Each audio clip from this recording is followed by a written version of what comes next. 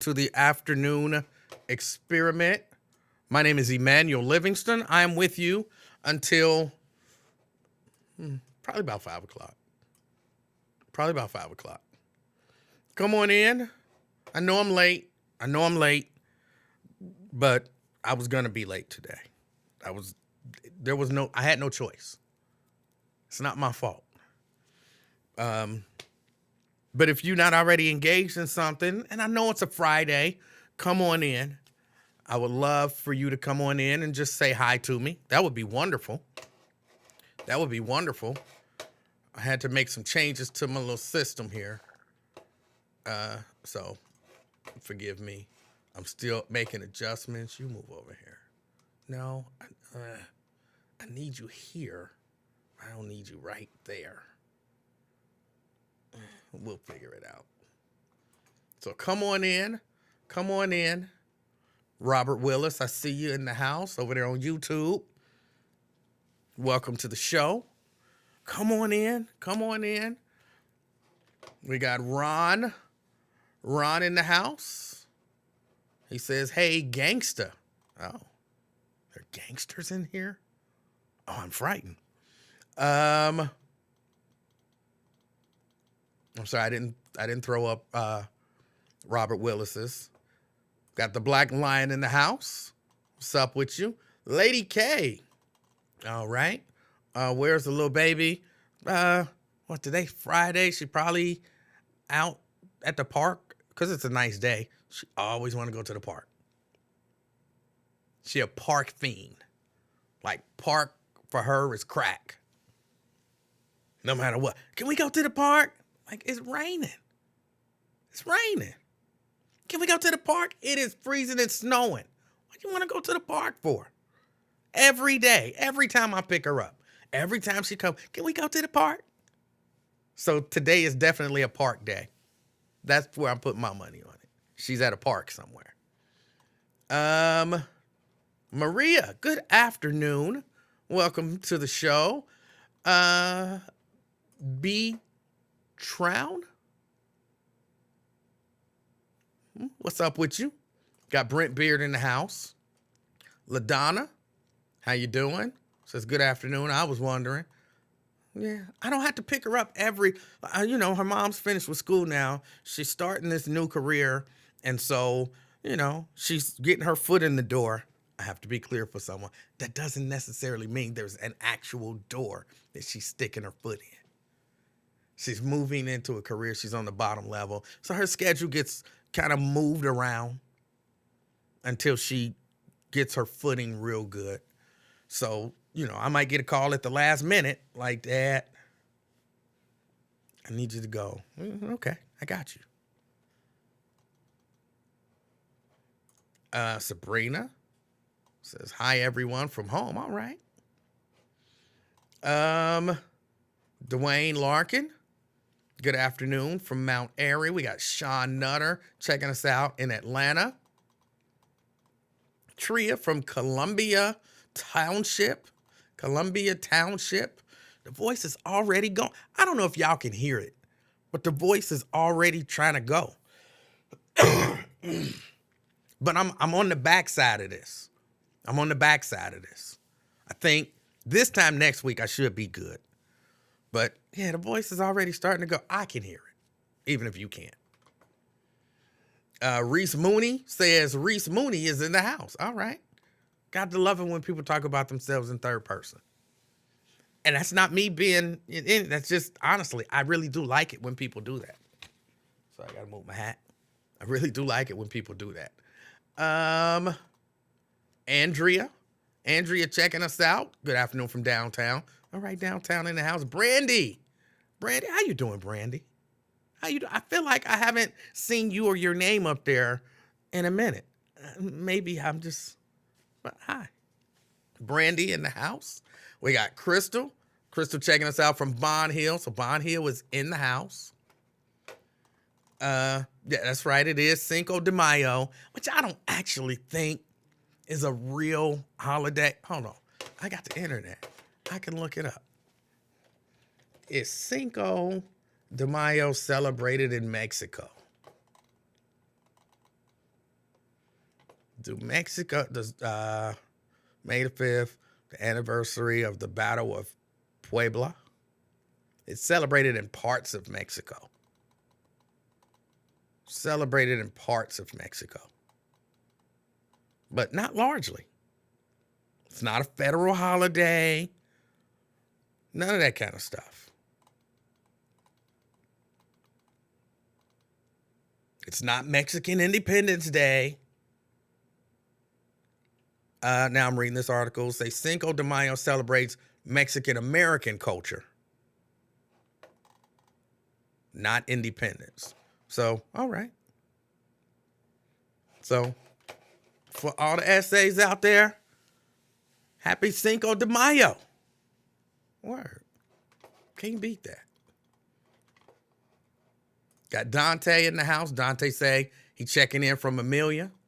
Patricia in the house. How you doing? Lonzo Clark. All right. Anthony says good afternoon. Good afternoon. Tria says happy birthday to Lady K. That's right. I did see something about it being her birthday. And she said if you want to drop her some money in her Cash App, that's cool. So there you go.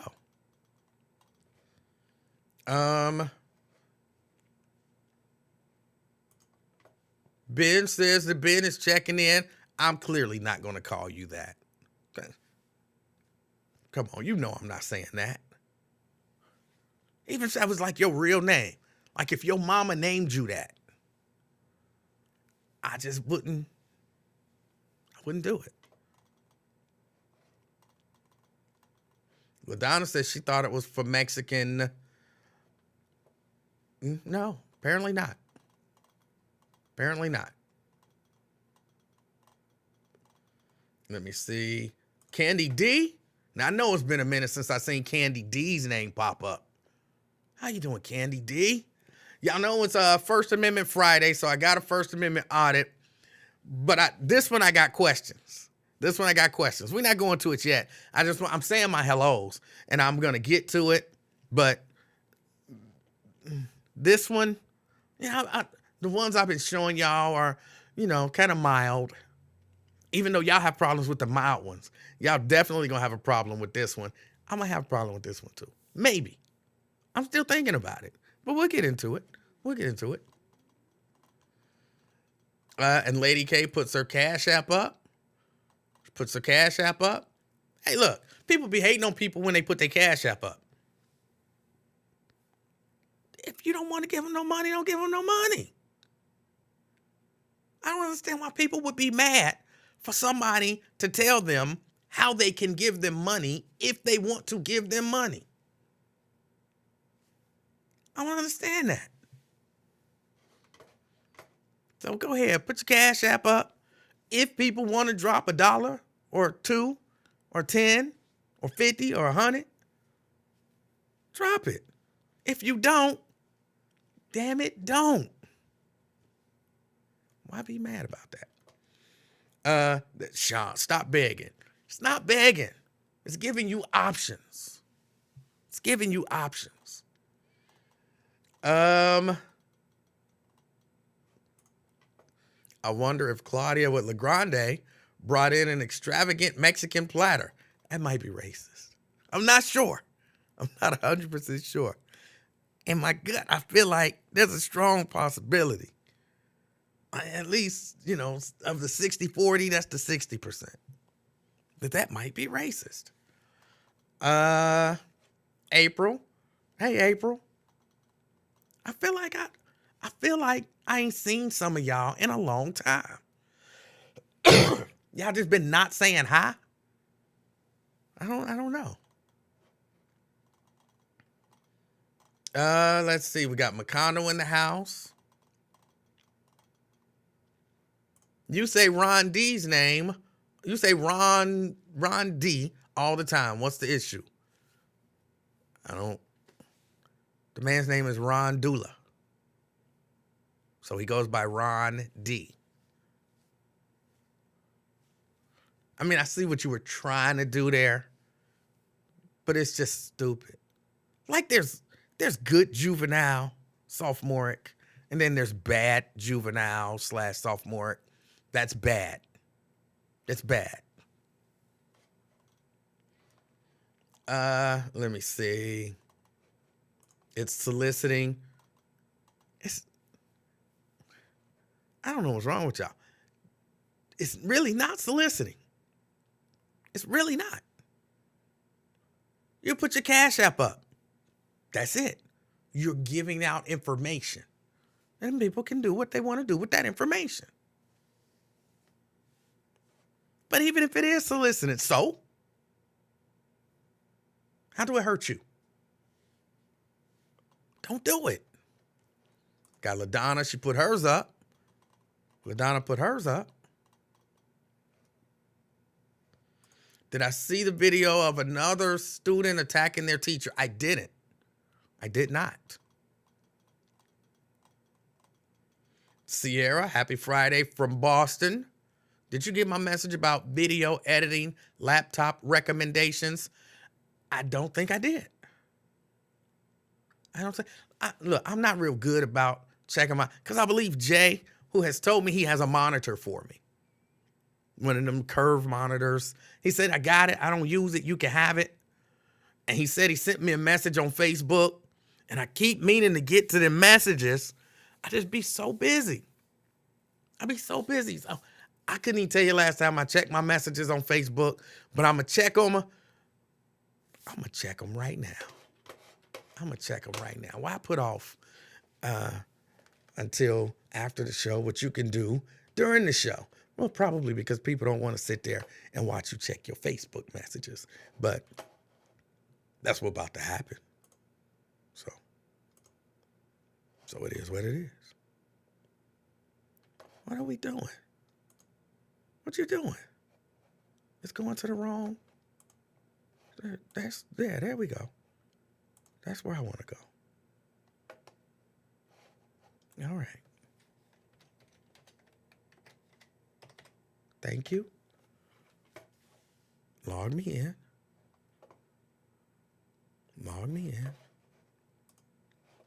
Messages. All right, I see your message. And I'll respond. Today. I will respond today. Ron, I see yours as well. I see yours, Sean. I see yours, Kenneth. I actually see one from Ross Freeman.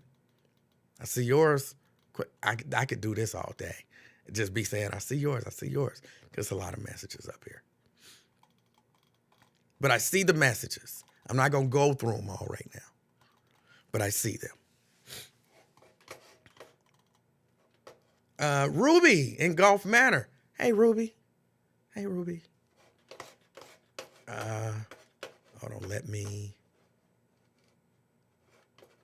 put that there. Okay. April says, I've been missing your show, or you've been calling off a bit.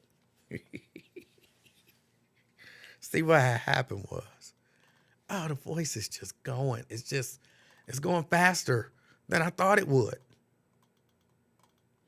Good afternoon, Miss Pittsburgh. Hold on, scrolling. Nikki. Got Nikki in the house. Daryl checking us out. Myosha, she ready for the weekend. I think I'm almost to the end of the messages. This voice ain't gonna last. And Rick says, hi everyone, from Coleraine, cutting grass. All right, you can't beat that. All right. Y'all know what we do on Fridays is Facebook Fridays. But before I get to, First Amendment Fridays. But before I get to First Amendment Fridays, I used to do like the week in review. And a few stories that popped up this week that I didn't talk about that have been talked about. Again, earlier this week, we talked about the gold digger chick. Who say she ain't a gold digger, but she kind of said that blue collar workers were mediocre. And then she tried to use the definition of mediocre. Like, it really, look, okay, whatever. I get it. I get it. Now she's a black empowerment warrior. That was really what it was all about. It's not about her. It's not about those men. It's not about the careers that they chose. She's a black empowerment warrior. So, all right. I guess it has a happy ending when you get down to it. I still don't think she would date a bus driver. But okay, that's that. What else? The dude that choked the dude out, the Marine who choked the dude out. And I tell y'all, I'm trying to learn to contain my anger. But I really do get angry when I hear some of the comments about things, because I feel like, and this is what I feel. I'm not putting it on y'all saying this is what y'all doing. This is what I feel. I feel like that's just people making it okay to harm unarmed black men. When you're making excuses for why either it's okay or it's not that bad to choke and kill a black man because people felt threatened, even if he was acting irrational.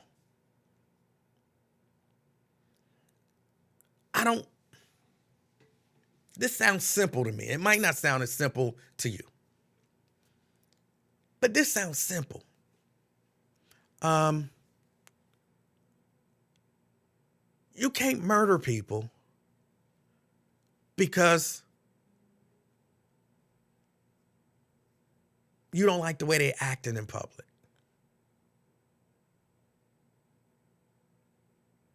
I can just, run around and say whatever I want to say. But if I'm not doing nothing to you, it shouldn't be okay to murder me. Shouldn't be okay to put your hands on me. I thought we all knew that. And people don't want you to bring race into stuff. Because for some reason, race is the only thing that can't be brought into anything anymore. Although, I believe it's the thing that matters for a whole lot of people more than most other things, right? Hold on, let me put on the chat overlay so y'all can see the chat. Let me hide that message. Throw my name up so if people come in, they know who I am. They know my name. So we're not allowed to bring race into things anymore. We're supposed to act like race doesn't exist. Unless we dogging black people. Now, if we dogging black people, we can bring race into it all day because we trying to help our people. But, if it's anything else, let's not bring race into it. Why does everything have to be racial? I have a question, a legitimate question. I'm not even going to say, this is how I feel about it or whatever. Hold on a second. Let me do that. In case somebody call, I want to be able to see that. Serious question. Do you think that if there was a white guy, say here in Cincinnati, on the bus, standing on the bus, saying, I F everybody in this bus, on this bus up. I don't care. I go to jail. I die if I want to. I F all y'all up. I will F every one of y'all up. You can get it. And he was just going on and on and on. But you want some? What you want some? And then little fat black man, I run up on him, put him in a chokehold, and kill that white man. Think I'm getting arrested? Just asking. I don't know what you think. I don't know what you think. I know some, what difference do it make his race? Say it don't make a difference. I'm telling you the race. But if it don't make a difference to you, that's fine. If it don't make a difference to you, that's absolutely fine.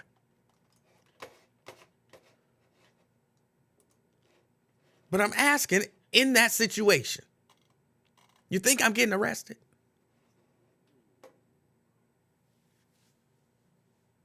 Say, what was he doing? Well, he was doing a lot of talking, and there were people on the bus afraid. Did he hit somebody? No, but people were scared.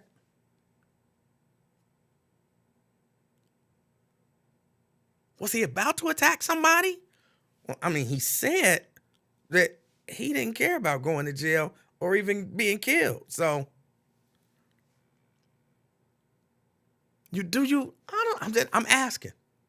And then I kill white guy. Okay, the bus is in North Side at this time. So, it's one of those North Side white people. Just, do you think I'm going to jail? And do you think black people are going to be defending me?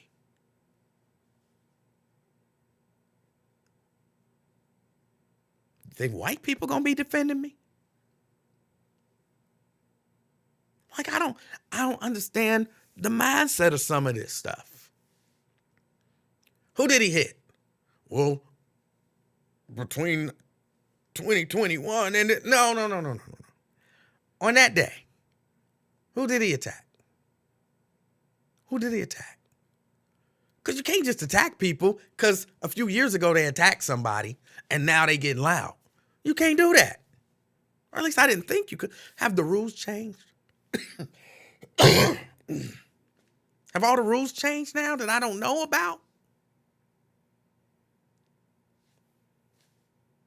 Because if they have, I want to know. I want to know for a few reasons. Number one, I want to know because I won't be raising my damn voice.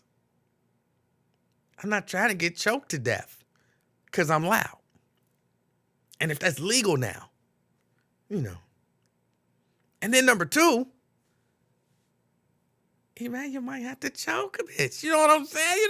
She be loud. Hey, she loud. I'm afraid. Other people are afraid. Hey, he loud. I'm afraid. Other people are afraid.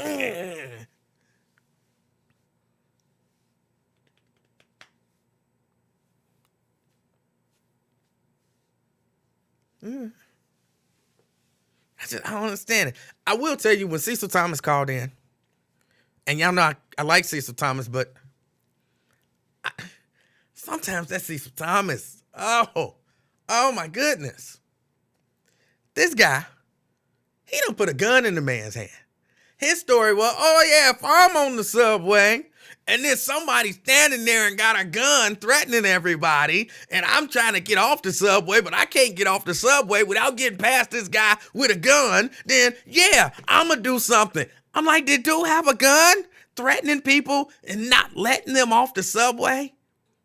You created a whole new scenario.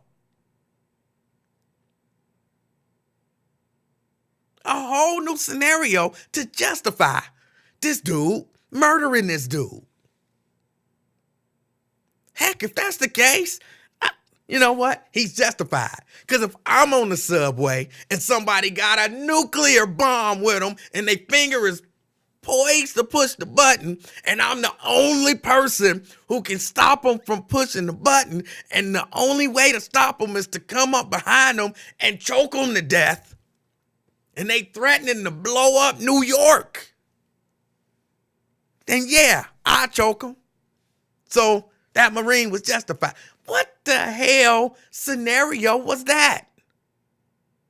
And then he follows it up with, but I don't have any information. Clearly, because you just made up a whole scenario.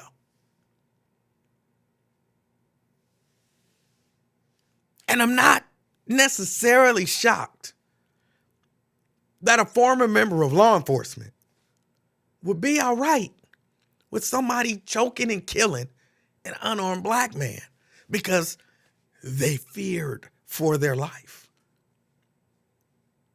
in the face of, a loud voice. Them loud voices, they be killing people. For all we know, he can have superpowers. If you watch comic books, read comic books and watch like cartoons, there's one superhero where she can make a sound with her mouth and it can kill you. For all we know, he had that power. Is that reasonable fear? I don't be understanding. I don't understand. And then I really do. I be trying to not be mad, but I be so mad. Y'all can always figure out a reason why it's okay to kill an unarmed black man.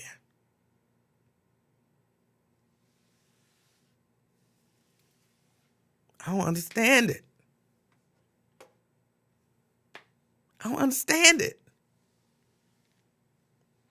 And then, I saw the story about 100-something students. Was it Withrow? Or was it Woodward? One of the W schools. I'm sure it's happening at schools all over at CPS. That's not going to be able to get their degree, their diploma, because they owe fees. And now people mad at other people for asking what are legitimate questions. If you had money, you might not, but if you had money to go out and buy a new prom dress and rent a limo or, buy the tickets and be all spiffy and do all of that stuff, why don't you take that money and pay them fees? I think that's a legit question. Does it solve anything? No. But sometimes you ask these questions not for you, like, okay, you need however much money to pay your fees. And then I ask the question, did you go to prom? And you're like, yeah. How much was your dress? $200 and some dollars. I know my daughter's prom dress was real expensive. I think it was more than $200 something dollars. I was like, for one dress? Is it a convertible dress? It's going to turn into something later on?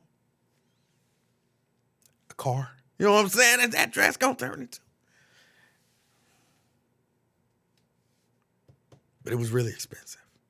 So how much did you spend on the dress? How much did you spend on the shoes? How much was the ticket? Did you rent a limo? Did he rent a limo? How much was the tux? Nobody wears a tux. How much was the new suit? How much, you know what I'm saying? There's a lot of expenses. I didn't go to prom. I don't know all the expenses. There's a lot of expenses that go along with going to a prom. And, and all of the other parties. That Ann was ugly. My voice is just, I'm going to ride it out. And the other expenses involved with all of the other things that come up during senior year. You got them senior pictures. Do people still do senior pictures? You got that class ring. Do people still get class rings? I don't even know if people still do this stuff anymore. But bottom line, there's a lot of expenses. School fees are probably one of the lowest. And I get it. It's not just school fees. Like maybe you lost some books or damaged some property.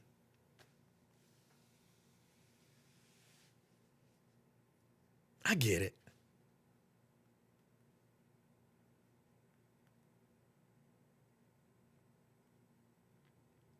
It don't help them. But maybe next year, when it come time for prom, somebody will say, I remember last year when all them people didn't have their fees paid and people was like, did you go to prom?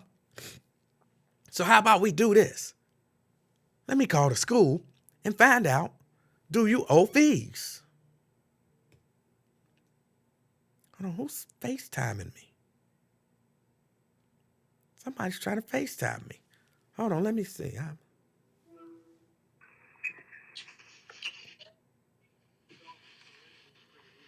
Okay, I don't know what's going on. Somebody was FaceTiming me. And then it was this noise. I know I didn't say hello, but I didn't know them people. So maybe next year somebody will say, let's check out and see, do you owe any fees first? Let's pay the fees before we buy that $400 dress. And then if you got $200 in fees, let's bump it down to a $200 dress. Pay your fees. You still get a nice dress and go to prom. Maybe that's what will happen next year.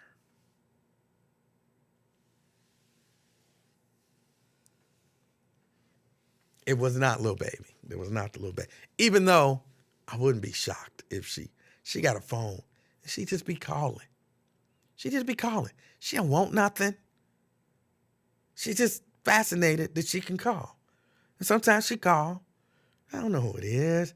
And I pick it up. She's always FaceTiming. I'm like, hello. And then she's sitting there with that big grin on. I'm like, hey, little baby, what you want? Nothing. Okay. So what's going on? Nothing. Because she talk real loud. When y'all ain't around, she talk real loud. What you doing? Nothing. All right. Well, you called me. And she would just sit there and grin. So then I start talking.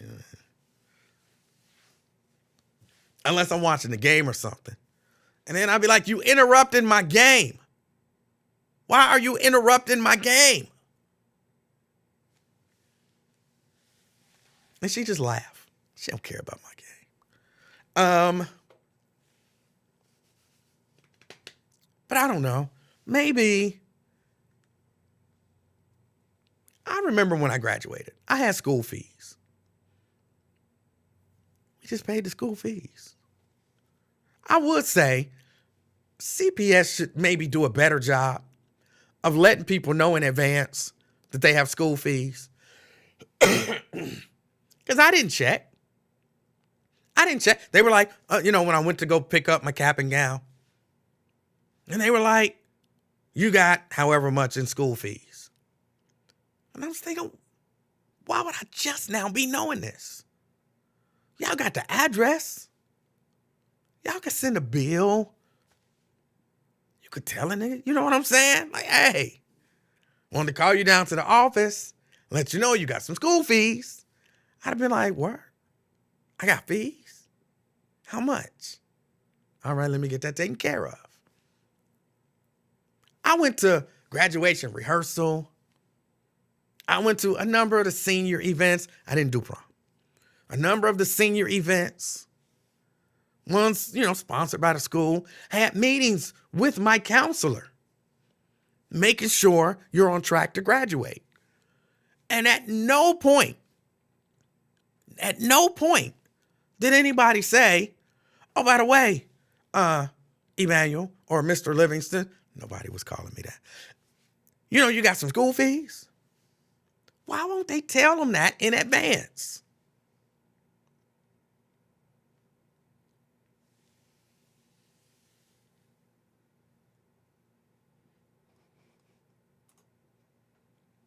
Prom is a natural part of the high school experience. We should keep this normalized, not shame people for encouraging their kids to attend. Prom is just a daggone party. It's just a party. Well, that's what I believe. I didn't go. And somehow, I still exist. I didn't go to prom, and somehow, I still exist. So, But I'm not trying to shame anybody. But the schools should let people know well in advance. They got school fees. They got, things that they have to pay. Like what?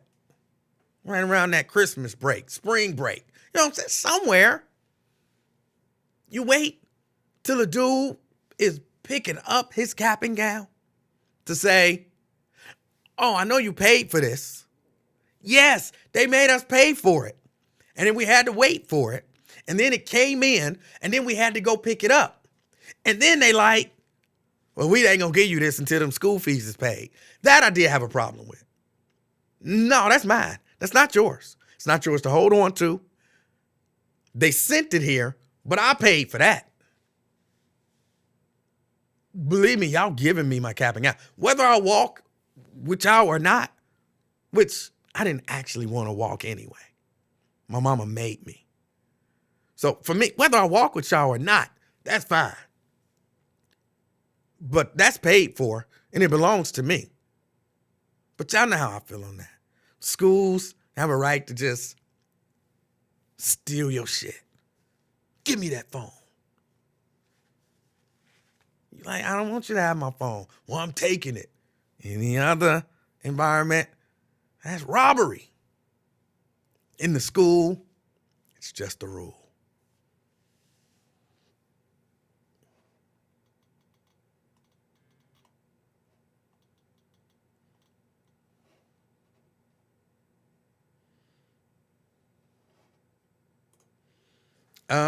Why do people need to be told about fees?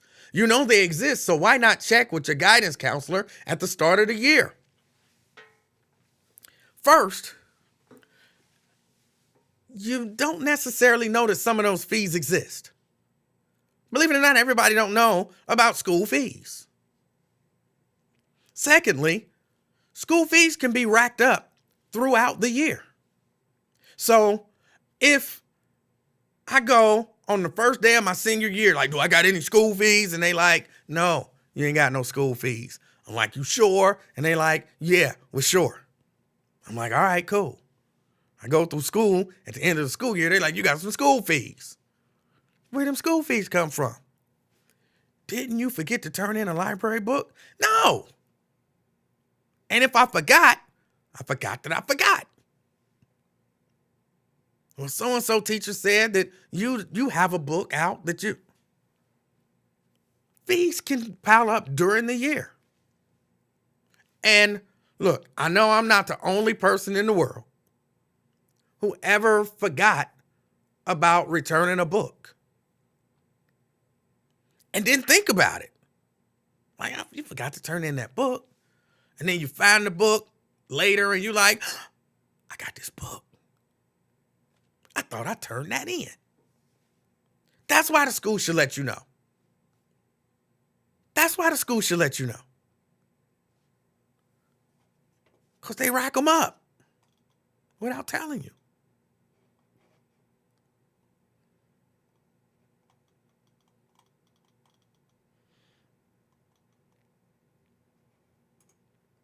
I exist, but I'm scarred because I didn't go to prom.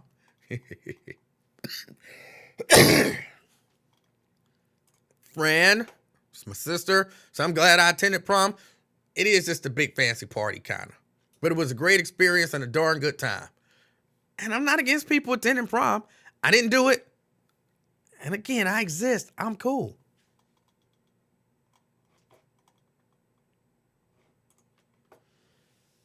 Daryl says, I didn't graduate high school. I dropped out because I was a teenager running wild, so my parents sent me to the Dayton Job Corps for direction, and I got my GED while there. And then wised up and got a college degree. Congratulations. Can't beat that.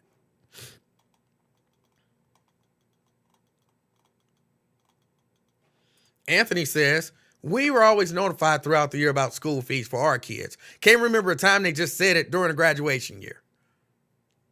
Yeah, it happens. Trust me. That one I'm telling you from experience.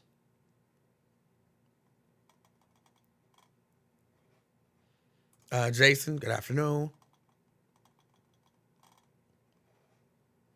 Why are you so against children having their phones confiscated, stolen, if they're using them in class? Who hurt you? Well, Mr. Mitchell hurt me. Mr. Mitchell hurt me. He swatted me all the time. But I never had a phone in class. I just think you know, put them out to class. Get out. Put the phone away or get out. That's a decent way to handle it. What's wrong with that? Again, most other settings, you can't just steal people's stuff because you can bully them. That's what that is.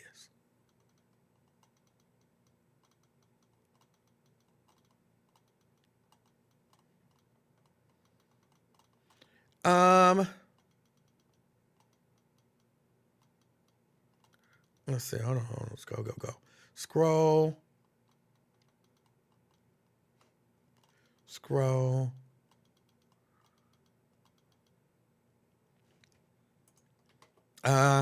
E-Man, what should people ever be accountable for? That's a dumb question. Janice says, if you've been out of school for many years and request a copy of your transcript and it shows outstanding fees in your records, you will not be able to get those records. A kind records keeper may waive it.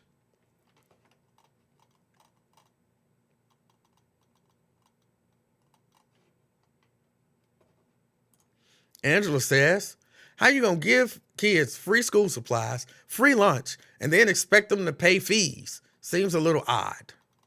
All right.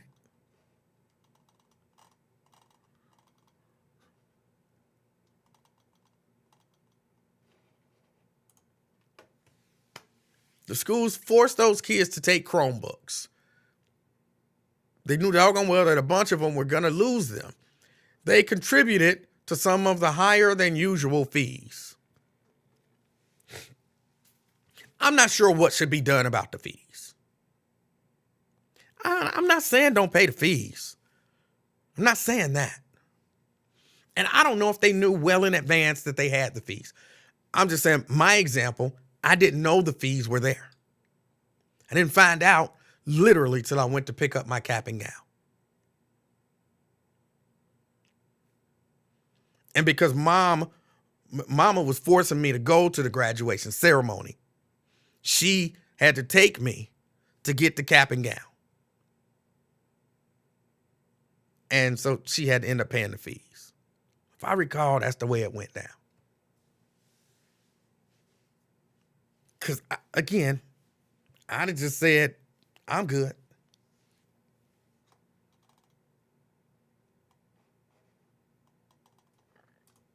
Yes, Mr. Mitchell, Schwab.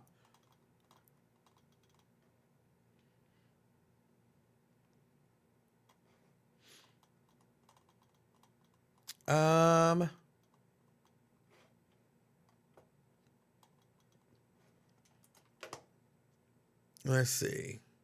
Don't let him prom shame y'all. It's another stupid comment. I didn't try to shame anybody. Why do y'all say stupid stuff? I don't understand it. Of all of the even half intelligent comments that you can make, y'all choose the ones that are just stupid.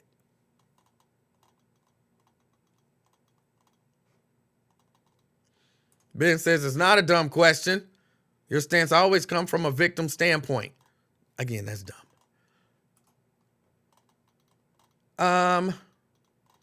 Ben, say something that's not dumb. I'll respond to it appropriately. You just keep saying dumb stuff.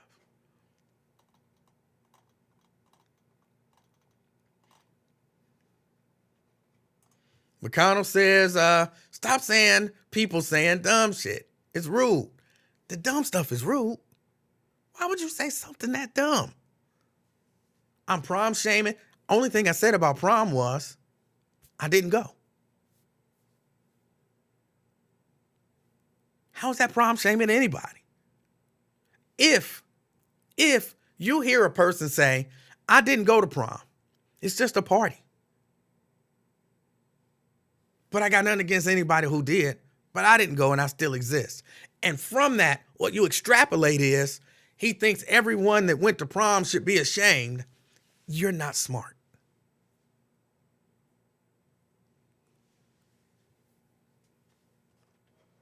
I think we can all agree with that, right?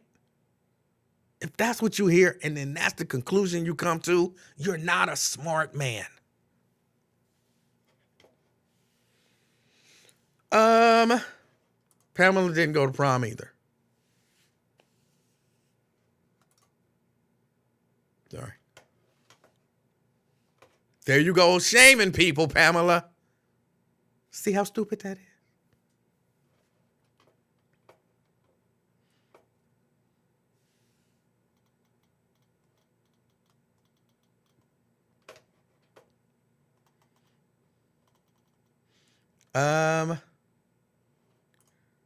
Exactly. I think only an idiot will believe that. Only like a real idiot. So you can read some of the comments and tell who the idiots are. But I hope everything works out. If they want to, do the whole graduation walk thing, I hope they figure it out. I'm going to tell you, like, if one of my relatives said, I got school fees or whatever, and, he ain't going to be able to walk, and we really want him to walk, and we are so short on cash. We are so short on cash that we need some help. Can we get some help? I imagine I would help. But if you, I don't know you, if you got a kid out there who got school fees, I think it's a legitimate question to ask, where your money going? Where your money going? What? How many pair of Jordans he got? Did you bought this year during the school year? How many? You know how much them damn Jordans are? Put some Jordans on eBay. Clean them up real good. Put them on eBay. You might be able to get some money to pay them school fees.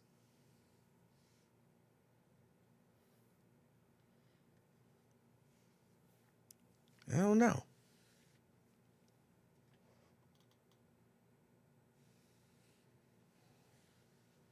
I don't know.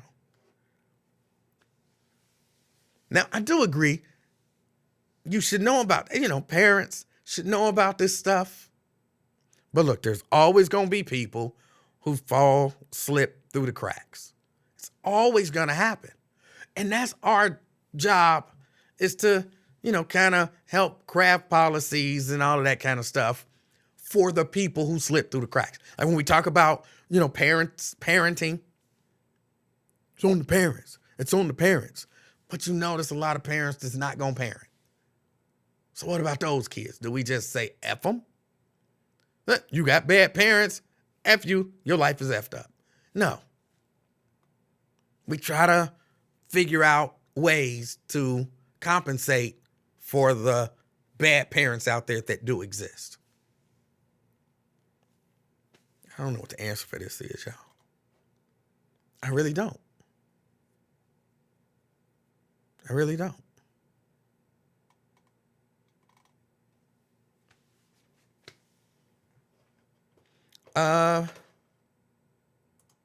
513, I didn't give out the number, even though it's scrolling across the bottom.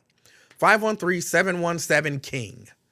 513-717-5464. That's the number to get on board. Why do they have school fees? Why do they have school fees? What's the tax dollars paying for? What are the tax dollars paying for?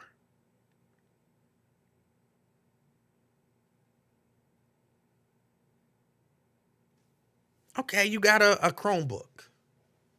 You got a Chromebook. You messed up the Chromebook. I imagine that happens a lot.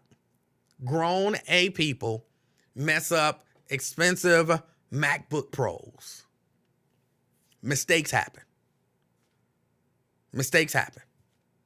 But I don't remember what what we taxpayers pay per student. in our extremely flawed and unconstitutional way that we fund schools? I don't know. But shouldn't that include the fees? Shouldn't that include, you know what I'm saying? Like, here's a Chromebook. There's a good chance that some Chromebooks is going to be messed up at the end of the year.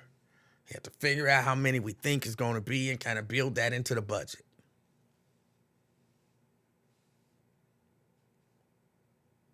Because they already paid for by the taxpayers. The taxpayers have to recoup that money.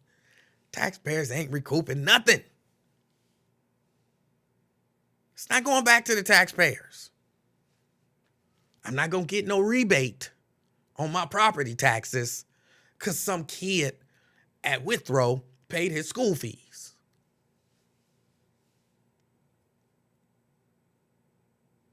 Leave them kids alone. Let them graduate. Let them graduate.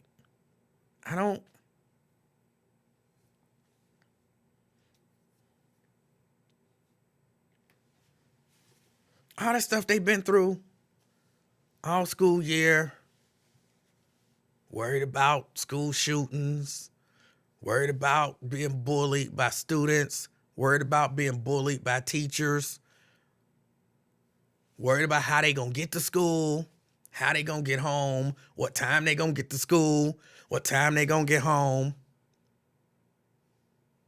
maybe dodging bullets on the way home. All that stuff.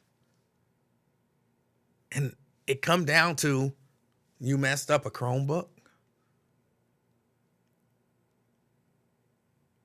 And all that stuff was just in their senior year. Well, I'm not even talking about COVID. These kids done went through COVID. They done went through distance learning and all of that stuff. And it all come down to you messed up a Chromebook. You can't graduate till you pay us for that Chromebook.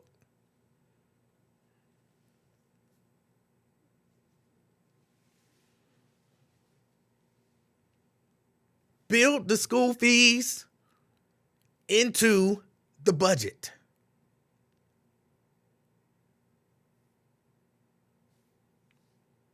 Like somebody has suggested, especially, you're getting free lunch. You know what that means? You're at a certain income level, your parents, because we put this all on the kids, but them kids shouldn't be responsible for paying for their own education, but we talk about it like it's the kids' fault.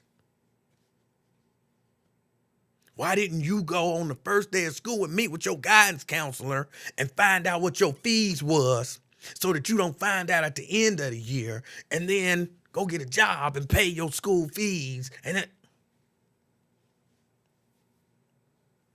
like, it's the kid's responsibility.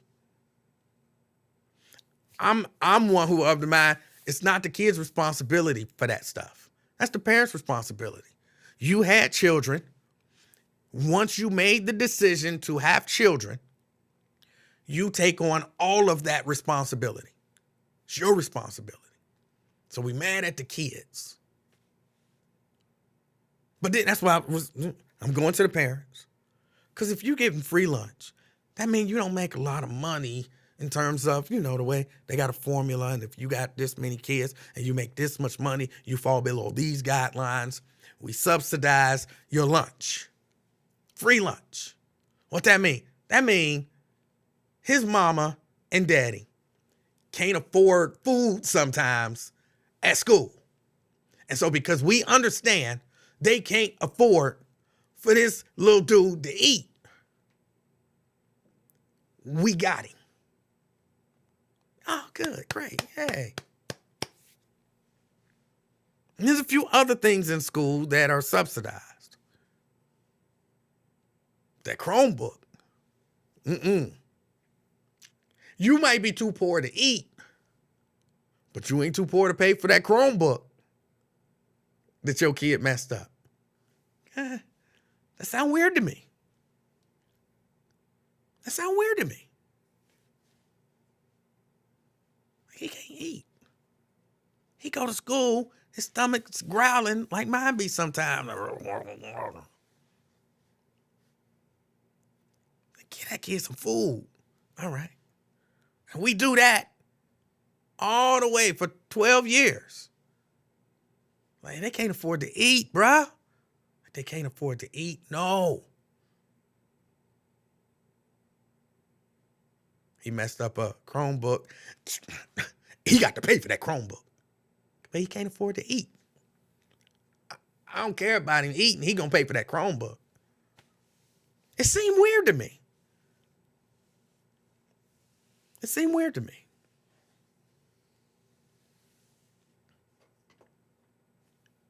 It does.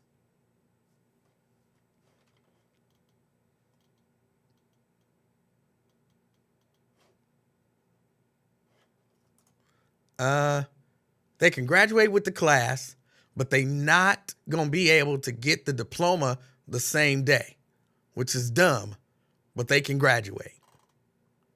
All right.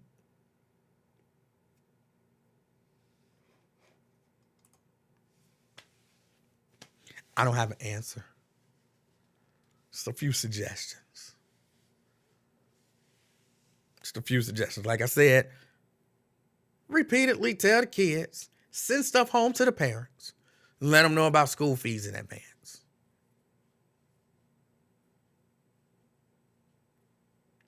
Heck, here's a good idea. This is a good idea if you ask me. Bear with me for a second. You can't go to prom if you owe school fees. So that's a horrible idea, Emanuel. No. Hear me out. Because then around prom season, when kids is trying to buy tickets to the prom, they'll know right then. Like, I'm sorry, you can't go to the prom. What? My baby can't go to the prom? Oh, hell no. Oh, hell no. My baby going to the prom? Oh, hell no. Then go up to the school. Now my baby can't go to the prom. Your baby owe this much money because they messed up that Chromebook. Well, here, we'll pay that little punk ass Chromebook fee, but my baby going to the prom? Oh, hell no. All right, well, thank you. So you paid the Chromebook fee, and now how much is the tickets? There you go. Shoot, don't tell me my baby ain't making it to prom. My baby gonna make it to the prom. We got pictures to get. All right, good. But that way, you know what I'm saying? You taking away something maybe a little less significant in the grand scheme of things. And it's a heads up right now. You know, prom time.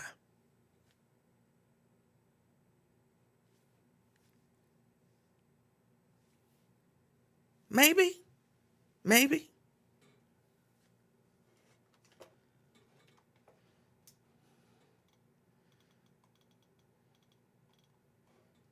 It's just a little heads up. All these little things that are, like I said, in the grand scheme of things, slightly less important. You can't do that if you owe these things that are going to keep you from graduating.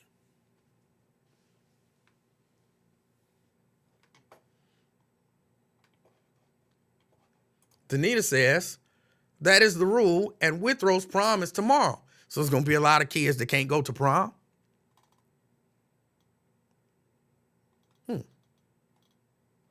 Then they'll probably get those fees taken care of.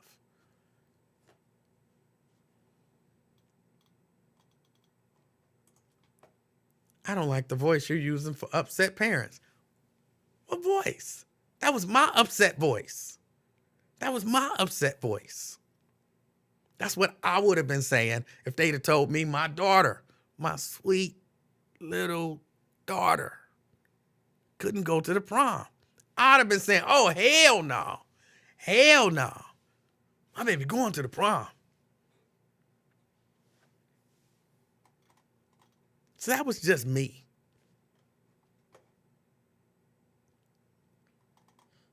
Thank you, Reese. Mayim, she's a hater. She's a hater. She's an open, outward hater. Like, her stuff ain't subliminal. You know what I'm saying? It's overt.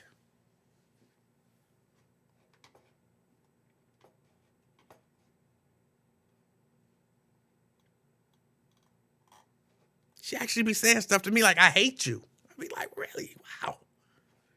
I'm not a hater. I just hate you. By definition.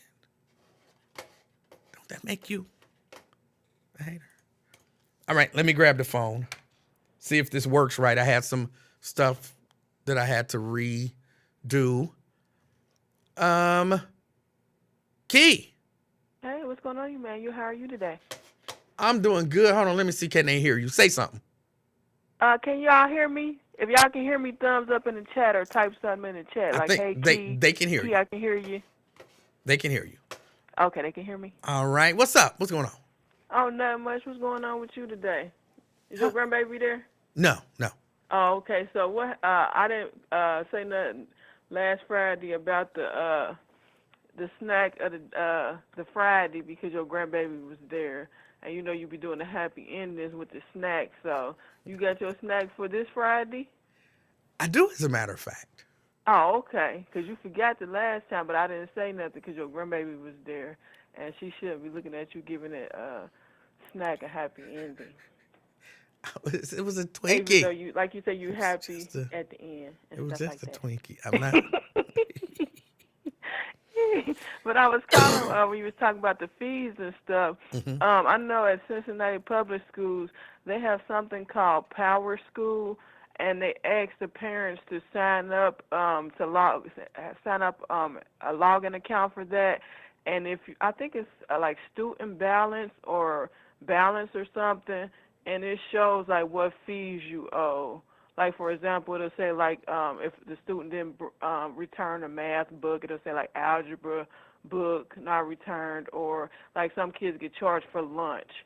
So it'll do like say like 2022, 2023. I think say lunch fee or something like that. Okay, so they got one of those portals that they use. Yeah, but you Okay. got to sign up, and if you're a parent, you got to make sure you sign up to get an account for. And it's called Power School, and it's like where you check like your kids' grades, like if they missing work, it shows it in there.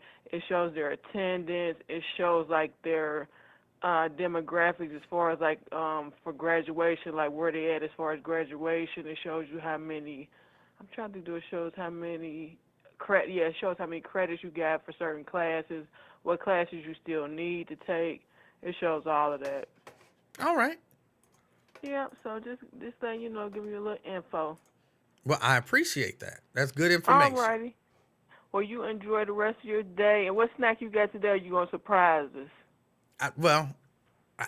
I'm not going to tell you. Okay, so you gonna surprise us. Somebody said I was Zakia. I'm not Zakia. You are not Zakia. Yeah, I am not Zakia. All right, Key. I appreciate your call. All right, well, Anthony Prosser, he a mess. Did you see what he typed? I did. Anthony Prosser, if you would have seen that video that when Emanuel was eating that Twinkie, you would see what I'm talking about. Well, all right, everybody. Y'all enjoy the rest of y'all day. All right, Key. Have a good one. Okay. All right. That was Key. All right. Oh, let me see. What else? Something else happened this week that I wanted to discuss. But I can't recall what it was. There was something that happened this week. Hold on. Sometimes I'll go and I'll have my phone out and I'll see a story and I'll snap a quick shot of it to help me remember what I wanted to talk about. So let me see. Oh, this was just something that I saw.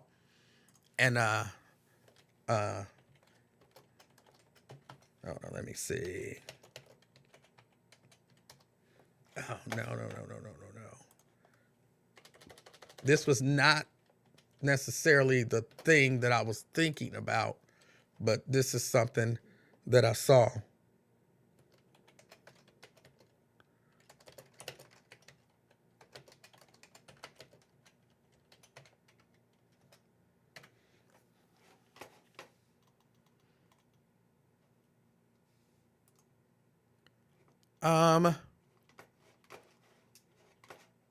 Yeah, whatever. That's fine. Were you aware? I was not aware that there is a throat cancer epidemic going around. Did you know that? I didn't know that. I didn't know that. But apparently, yeah, there's a throat cancer epidemic going around. I hope that's not my issue. I like my throat. And they say that the leading factor in the throat cancer epidemic in the United States is oral sex. I'm not making this up. I saw this story. Hold on. I don't want to hit that story. Here we go. And then let's max you out here. And hopefully that'll work. From People magazine, oral sex is a leading factor in the throat cancer epidemic in the United States. Those with 6 or more lifetime oral sex partners are 8.5 times more likely to develop, I can't pronounce that, cancer. Yeah. Story goes on. Oral sex, may be the biggest factor in the rise of throat cancer in the United States.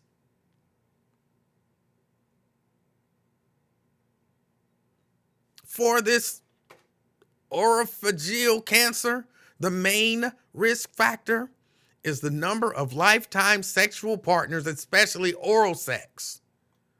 Oh my God. They coming for oral sex? Talking about HPV, so on and so forth. What in the world?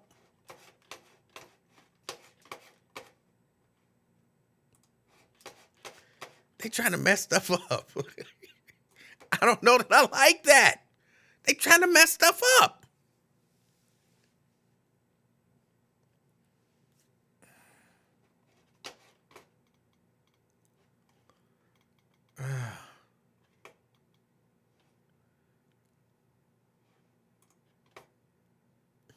Yeah, Jerica, go ahead and go.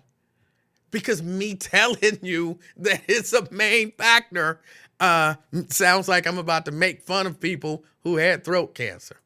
So I would just leave if I were you. That's what I would do. I would leave. But oh my goodness. Where is the... How can we take care of that? Do they have something? I mean, I know they got that HPV vaccine. I'm not sure that I believe in the HPV vaccine. I don't think vaccines are what they used to be. You know what I'm saying? Used to be, if you got a vaccine, that meant you couldn't get the thing. Or there was a very, very, very, very, very low chance of you getting the thing. There was a very, very low chance of you getting the thing, whatever it was. If you got a vaccine, that was what you tell me I'm vaccinated against this. I think, are you good? Vaccines ain't like they used to be. Vaccines ain't like they used to be.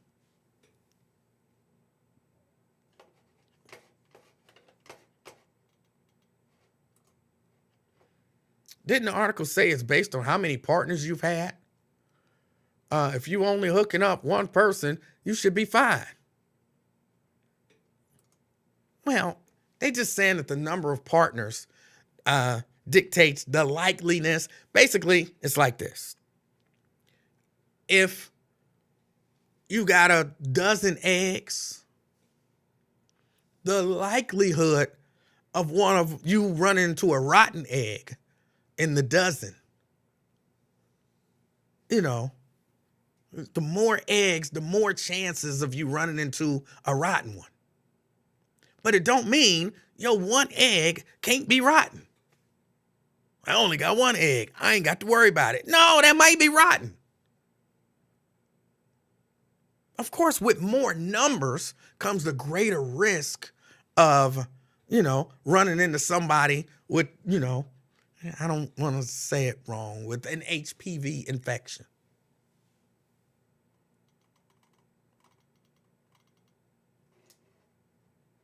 But it don't necessarily mean if you only with one person, you good. No, that's not what it means. Because your one person might have an HPV infection. I'm just saying, look. Be aware. Be aware of this stuff. This is scary stuff to me. This is scary stuff to me. God didn't make the mouth to do all that. You don't know what God made the mouth for. Did God sit down and tell you, these are the things that I made the mouth to do? No. God made the mouth. And he said, do whatever you want to do with it.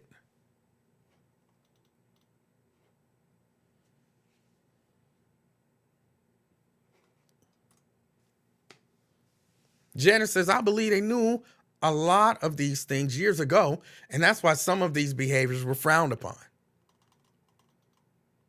All right.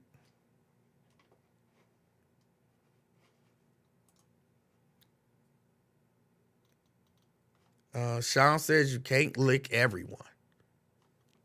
All right.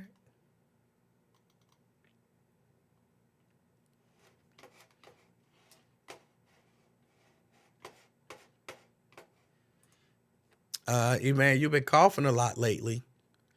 I don't necessarily think that coughing is necessarily, especially, when you have bronchitis, I don't think that that's necessarily a sign that you got throat cancer. You might not understand throat cancer.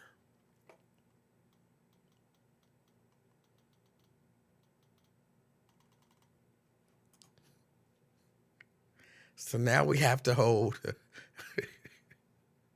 Oh, that's terrible. That is terrible. Just be aware. Just be aware.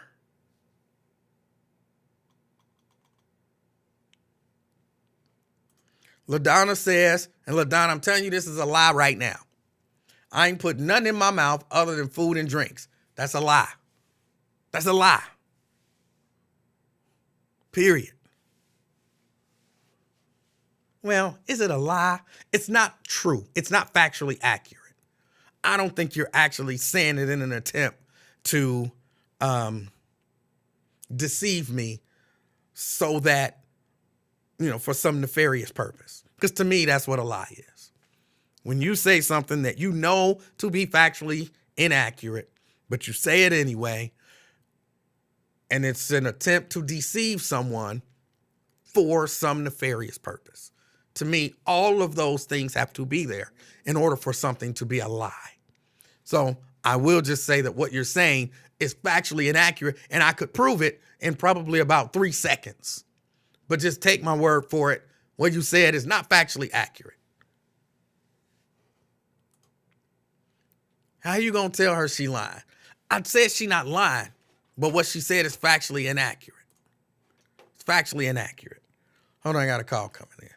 I'll prove it to y'all right after I talk to CK. CK. Hey, how you doing, Mr. Livingston? I'm fantastic. How are you? Man, I knew soon as you brought up throat cancer, you was about to bring up oral sex. All right. It ain't like you brought up oral sex and brought up throat. I was like, yeah, he about to make that link because it's that breaking news. It's that breaking news. It was in the. You It was forgot in the what news. Michael Douglas, huh? I said it was in the news. What, that was like 8 days ago, 5 days ago. Yep. I honestly did I not. remember when Michael. I honestly did not know there was a throat cancer epidemic going around. I didn't know. Hey, due to oral sex. It gives a whole new meaning to when you ask a woman, do you spit or swallow? Hold on. What's the first meaning? Now it's like, damn, so is the spitters more healthier than the swallowers? But you said it gives a whole new meaning. There's only one meaning to Right. that, right? That's not a new meaning. Now they talk, but not with the links to throat cancer. Oh, okay. They about to make you stop. The oral sex is about to go down by what? 47% after these articles hit the public. I don't know. You don't think these type of articles affect how people behavior in the public? This type of media articles? No. I think people read them, people think about them for a moment, and then they dismiss them once the blood starts flowing to that particular region. Like in my mind, CK, nobody is getting ready to get it in. They getting ready to get down. Mm-hmm. And then they like, oh, I read an article and people, I'm not. No, I don't think that's the way that it happens. You hear it, you talk about it, you think about it. But then, when it's time to get down, you get down how you get down. I don't think this article is anybody who is out there having oral sex. I don't think they're going to be like, ooh, I did read this article in People, so I'm sorry, I can't do that no more. No. So you telling me, as a young man, when Magic Johnson made his diagnosis public, that didn't affect you personally? Like your sex life, like, man, maybe it ain't good to be sleeping with all these damn women. Well, first, I wasn't sleeping with all no women. With Magic Johnson, I was still trying to get some. You know what I'm saying? It ain't easy for me. So I was still putting in work. Right. But I will say that, no, that didn't change anything for me. Nothing. But I'm saying, okay, you read these articles, say you're a teenager, you're a virgin, it might affect you how you know what I'm saying, you conduct yourself sexually out here. Like the Magic Johnson. We as teenagers, a lot of people was virgins when that happened. So he probably saved some lives by coming out like that. So okay. Let me just play this out for just a moment, because you might be telling the truth, and my view on this thing is kind of jaded. So you're saying Magic Johnson came out. Magic Johnson said, "I got 91. AIDS. I got AIDS," and there was some virgin out there that was like, "I'm not having sex till I'm getting married because Magic Johnson got AIDS," and they stuck to that. He probably made people protect themselves a little more, like with condom usage. Okay, that might have picked up for a little bit, yeah. And then right after that, Eazy-E, he died. Mm-hmm. So this was a lot of young people that looked up to these people that's being affected, by them coming out publicly. Like, I think that's why they make these articles public. It's a good thing. And I don't remember, of course, what the numbers looked like, but can we look at that and say that, okay, you say 91 was when Magic Johnson came out, so I got AIDS. Right after that, Eazy-E died. And then the number of black people contracting AIDS, fell off a cliff. Yeah, that's exactly. Like you said, we need I'm pretty sure it did. To prove it. Yeah, I'm pretty you don't think he helped? No, I'm saying I'm pretty sure that people were still getting AIDS, and the numbers were still climbing, in particular in the African American community. I'm pretty sure that if you went back and looked at those numbers, it wasn't like, oh, Magic came out, and then it was like, oh, something happened. Ain't no black people getting AIDS no more. Great. No. People were still doing what they was doing. So you saying like an article like this is not gonna stop people from having oral sex? Humans gonna be humans regardless. Exactly. I mean, Yeah, somebody will look at it and, maybe use I don't actually know anyone who's ever used a dental dam, but somebody might, take some extra precautions or something like that for a while. And that's always a good thing. Yep. And let me give you like an argument on your side, right? NBA YoungBoy, he came out and said he had herpes, right? Next thing you know, he got 11 baby mamas, and guess who his new baby mama was? Floyd Mayweather's daughter. So Floyd Mayweather is NBA YoungBoy child granddaddy, and he said he had herpes. Openly came out. Okay. Having babies like him and Nick Cannon racing for babies with different mamas. So I think you're right.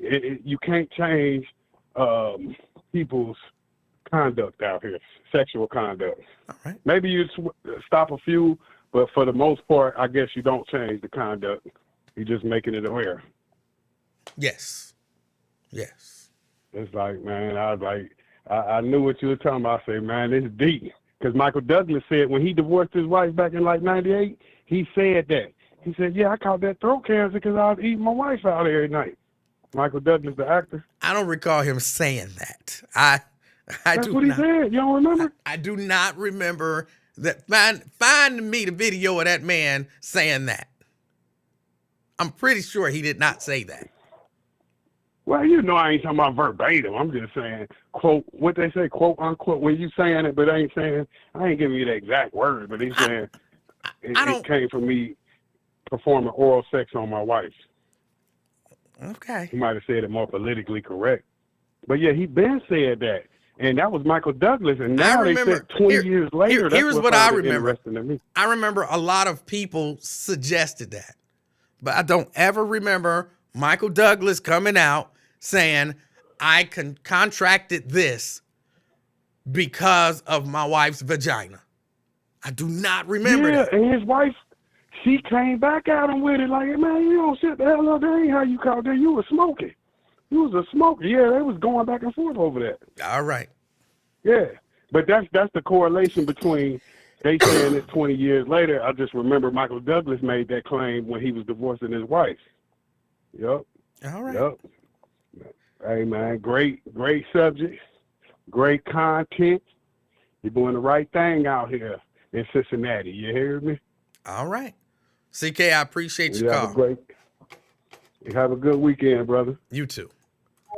All right. Y'all, I got to move. Some of y'all saying he did. Find me the quote. Y'all saying he did. Find me the quote. I think y'all remember it. There's a name for it. For whatever reason, I can't remember what the name for it is. But there's a name for a phenomenon where you remember something vividly that never actually happened because you heard about it so many times and it makes you believe it. Now, y'all could be telling the truth because I remember the story being out there. I don't ever remember Michael Douglas being the one credited with saying that his wife's vagina gave him throat cancer. So find the quote for me. Find the quote for me.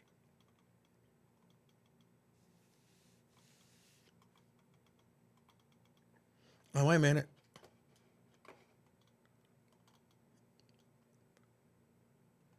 And in that article, because I can't click on it, I can't click on that article, Brent. He does blame his wife for it. In that article, he does blame his wife for it. Okay, and I said to LaDonna, I would prove her. I would prove that what she was saying was factually inaccurate. And I saw where I think my brother already did that. So do I have to go forward and do it as well, LaDonna? Or have you already accepted that what you said, the only thing that you will put in your mouth is food and drink? Have you already accepted that was factually inaccurate? Have you already accepted that? And then I could move on, and I don't have to do that. Because I do still want to play this video because I have a question. It brings up a question for me. Okay, LaDonna says, no, I get it. Great, thank you. And so, Myosha, common sense is how I knew that. Common sense, woman. All right. Let me get to this video. I gotta move this out the way. Get you here. Get you here. And then Hope. All right. So it's First Amendment Fridays. We do First Amendment audits. We kind of look at them, discuss them. But this one is kind of weird. This one is kind of weird. And so I want to look at it and discuss it. I'm not even going to give y'all, for those of you who are new, First Amendment audits, people go out in public and record. And they want to see if people will try to get in the way of their right to record. All right? That's what they do.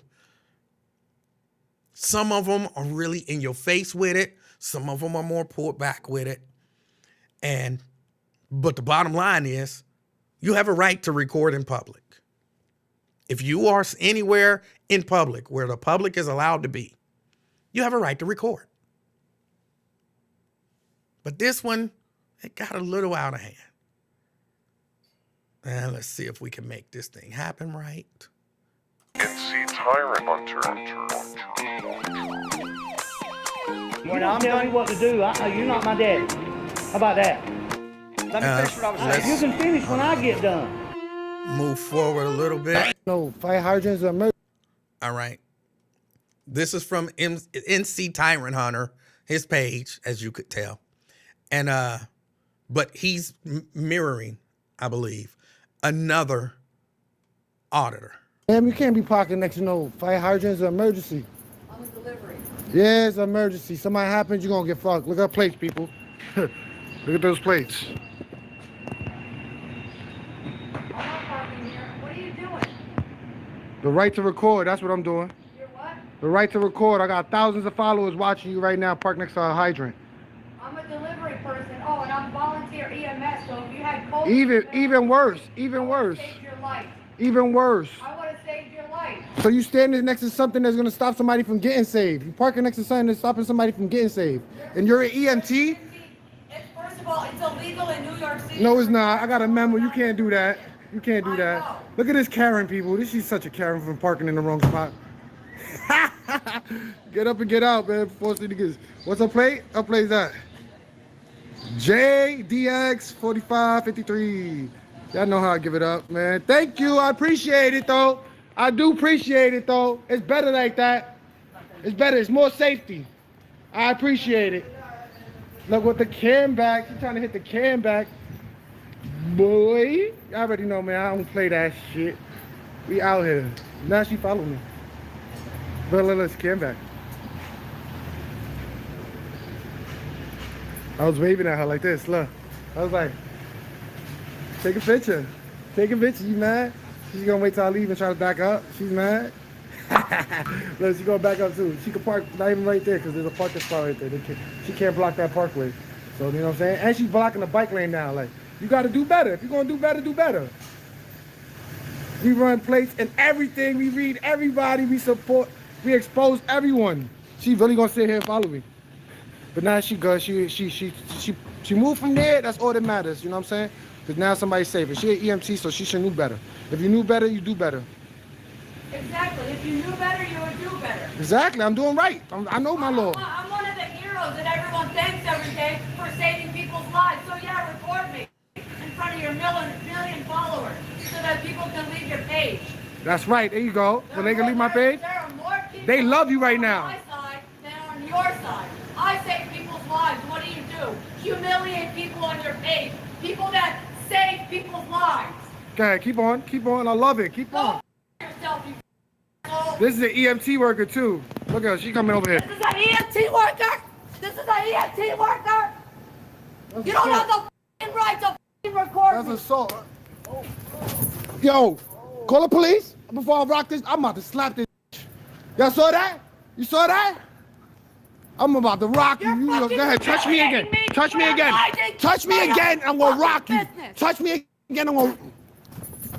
I made this song in 2 minutes using my MIDI pack. Don't spit at me. Got it. She spit on me. You gonna spit on me? You gonna touch me? Matter of fact, Yo, dude, you knocked her out. I don't give a f, bro. Yo, you knocked her out. She spit in my face. That's violent, bro. You can't come up here. Got it. You don't spit in my face. That's assault. She smacked me. She smacked me. She punched me mad times. She punched me mad times just now. Fuck how many times she not doing good, crazy? What's wrong with her? And I'm staying here. I'll kill her, you nuts? Bro, I don't play that. You put hands on me, I'm gonna hit you, man or female. What? I'm not walking nowhere, because if she hit me, now I hit her in my self-defense. He really knocked her out. I thought they were exaggerating when they said you knocked her out. But they weren't exaggerating. She is. Hold on, let me see. I'm not walking nowhere, because if she hit me, now I hit her. She legit on the ground, knocked out. Like he knocked her out. It kind of went downhill from there. If there's much more for it to go downhill. But the police were called, of course. He's getting arrested. So now he wants to press charges against her. See, that's an extreme First Amendment audit. That's extreme. But my question, which of course it brought up, was he wrong? Like, okay, he's recording her. I know some of y'all don't like that. But she was blocking a fire hydrant. I think it's a legit thing to say to somebody, hey, you blocking that fire hydrant. Move. And then she moved. And then she started following him. He walked away. He thanked her and he walked away. She started following him and she gets out the car. She's a hero. She's a hero. And then she decided to violently attack him. Was he wrong? Was he wrong? I know y'all don't like him being there. I know how y'all are. Why was he recording anyway? It's First Amendment audit. He's got a right to record.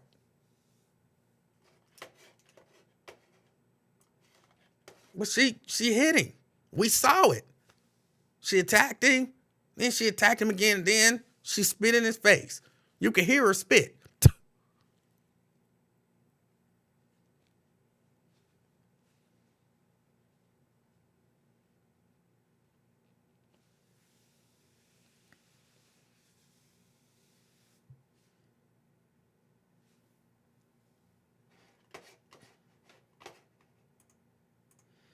Janice says she lost it. She invaded his space and spit in his face. In retrospect, he did egg her on a bit much. All right. All right. Was he a parking enforcement officer? Another stupid question. Why ask stupid questions? Come on, at least before the end of the show, ask one question that ain't just stupid so I can actually address it. I wish a Karen would.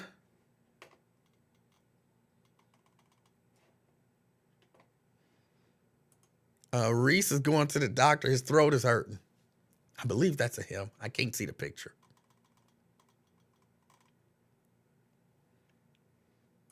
Cops charge folks all the time with assault from spitting, or with assault all the time from spitting.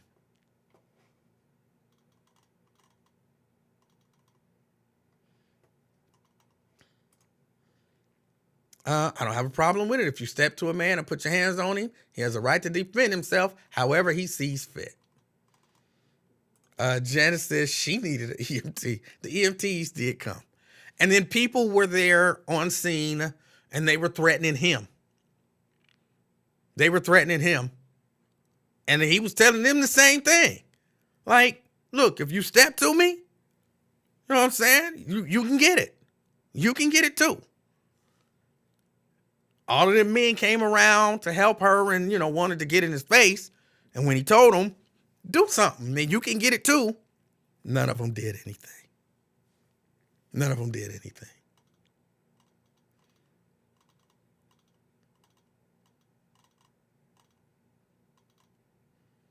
But, when they said you knocked her out, I was thinking he hit her and she's somewhere. She's knocked out. Knocked out.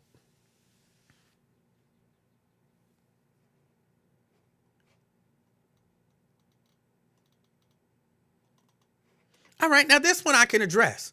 Ben, see, this one ain't stupid. I don't agree with it, but at least it ain't like stupid. Work on that. Work on that. Says dumb A out there messing with people. My quick question for you. Did he break a law that you saw?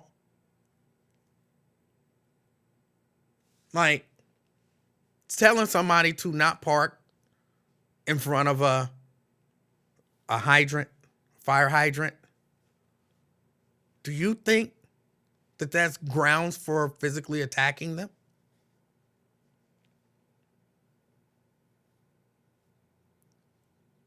Recording someone? Do you think that's grounds for physically attacking someone? I don't. I don't.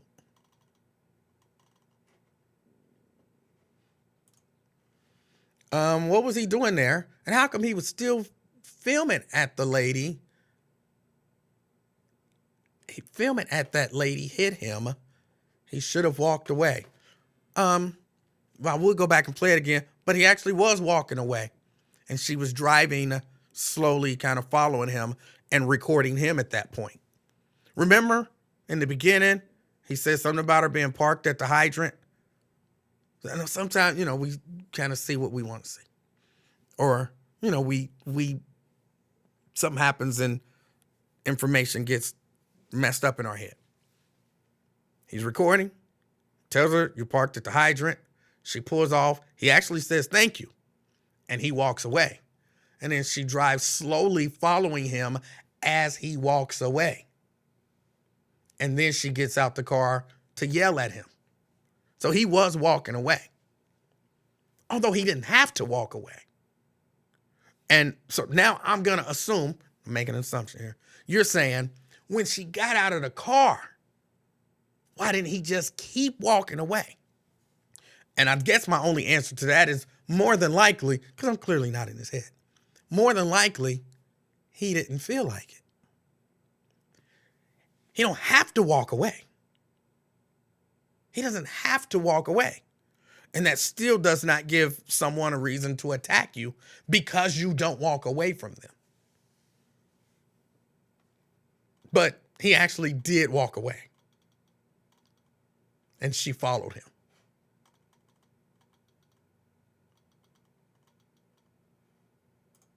Nat says, and I hear this one a lot.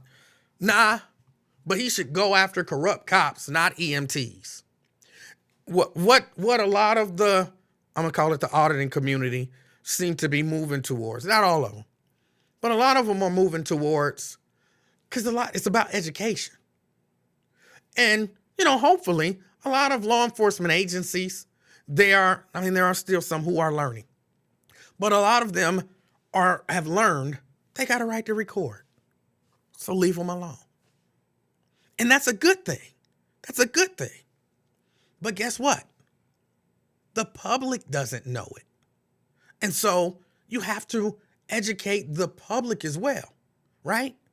Because no, you don't want cops arresting people for exercising their First Amendment right. Granted. So you want to teach them. But you also don't want people attacking you, physically attacking you for exercising your First Amendment right. Because then you run into situations, which is not a First Amendment right situation, but you know how we don't want police officers to put people in chokeholds and murder them, people who are unarmed?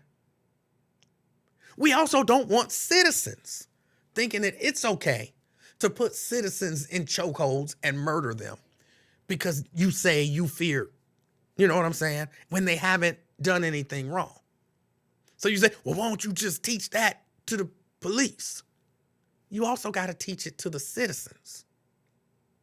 So if you see somebody out there with a camera, you don't go attacking them. Because not that you would end up knocked out.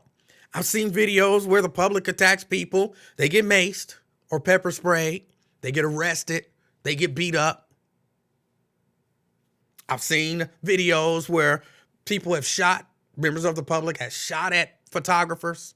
Yes, took their gun because they didn't like somebody standing on a public street recording. Got a gun and tried to kill that person. That's a group that needs to be educated as well. So I understand it. I understand the people who are like, no, just do it to the cops. Well, cops are just people, bro. And people need to be educated that other people have a right to record. So that's why a lot of people, and I agree with them, it is important to teach the public as well. And that includes EMTs.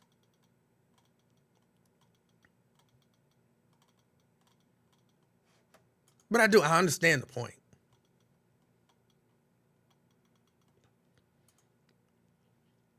The lady was double parked in the street and came over and assaulted dude. Yes, she did.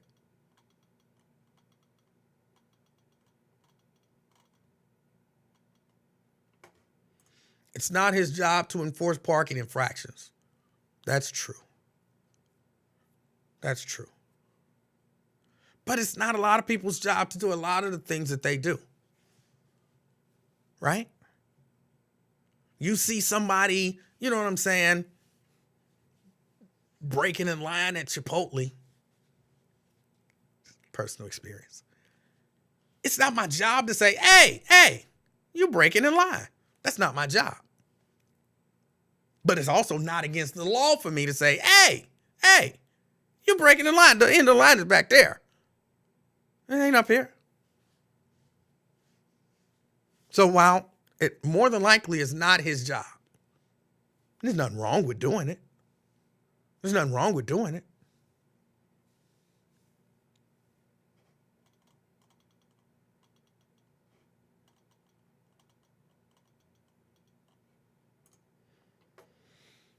Brian says he's within his rights, but some finer points for others doing audits. First Amendment auditors need to steal their demeanor before filming. The power of your video is also weaker if you are clearly being provocative. Not saying you have to be a total monotone drone. You have a right to not walk away. She was rabid and unprofessional.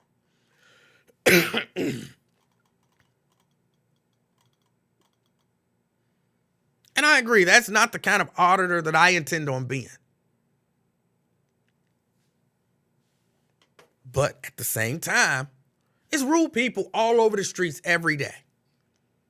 And us as citizens have to learn how to deal with those rude people. And the way to deal with a person that's rude, doing something you don't like, if they're not putting you in danger, is not to physically attack them. In my mind, she would do this to somebody else who wasn't filming, just saying something she didn't like. And that's not cool. That's not cool. Get back. Jason. Yeah, I didn't like that video at all. All right. He it's one thing, like, you know, people be trying to goat you in and bait you, and that's exactly what dude was doing. He could have filmed her in front of the fire hydrant, asked her to move, got her plates, walked away. He wanted to do all that. Wait. And Hold on. forth. Jason. He did that. No. He wanted to do all that back and forth, yapping, talking. All he had to do was film her. This is my video. I'm filming her.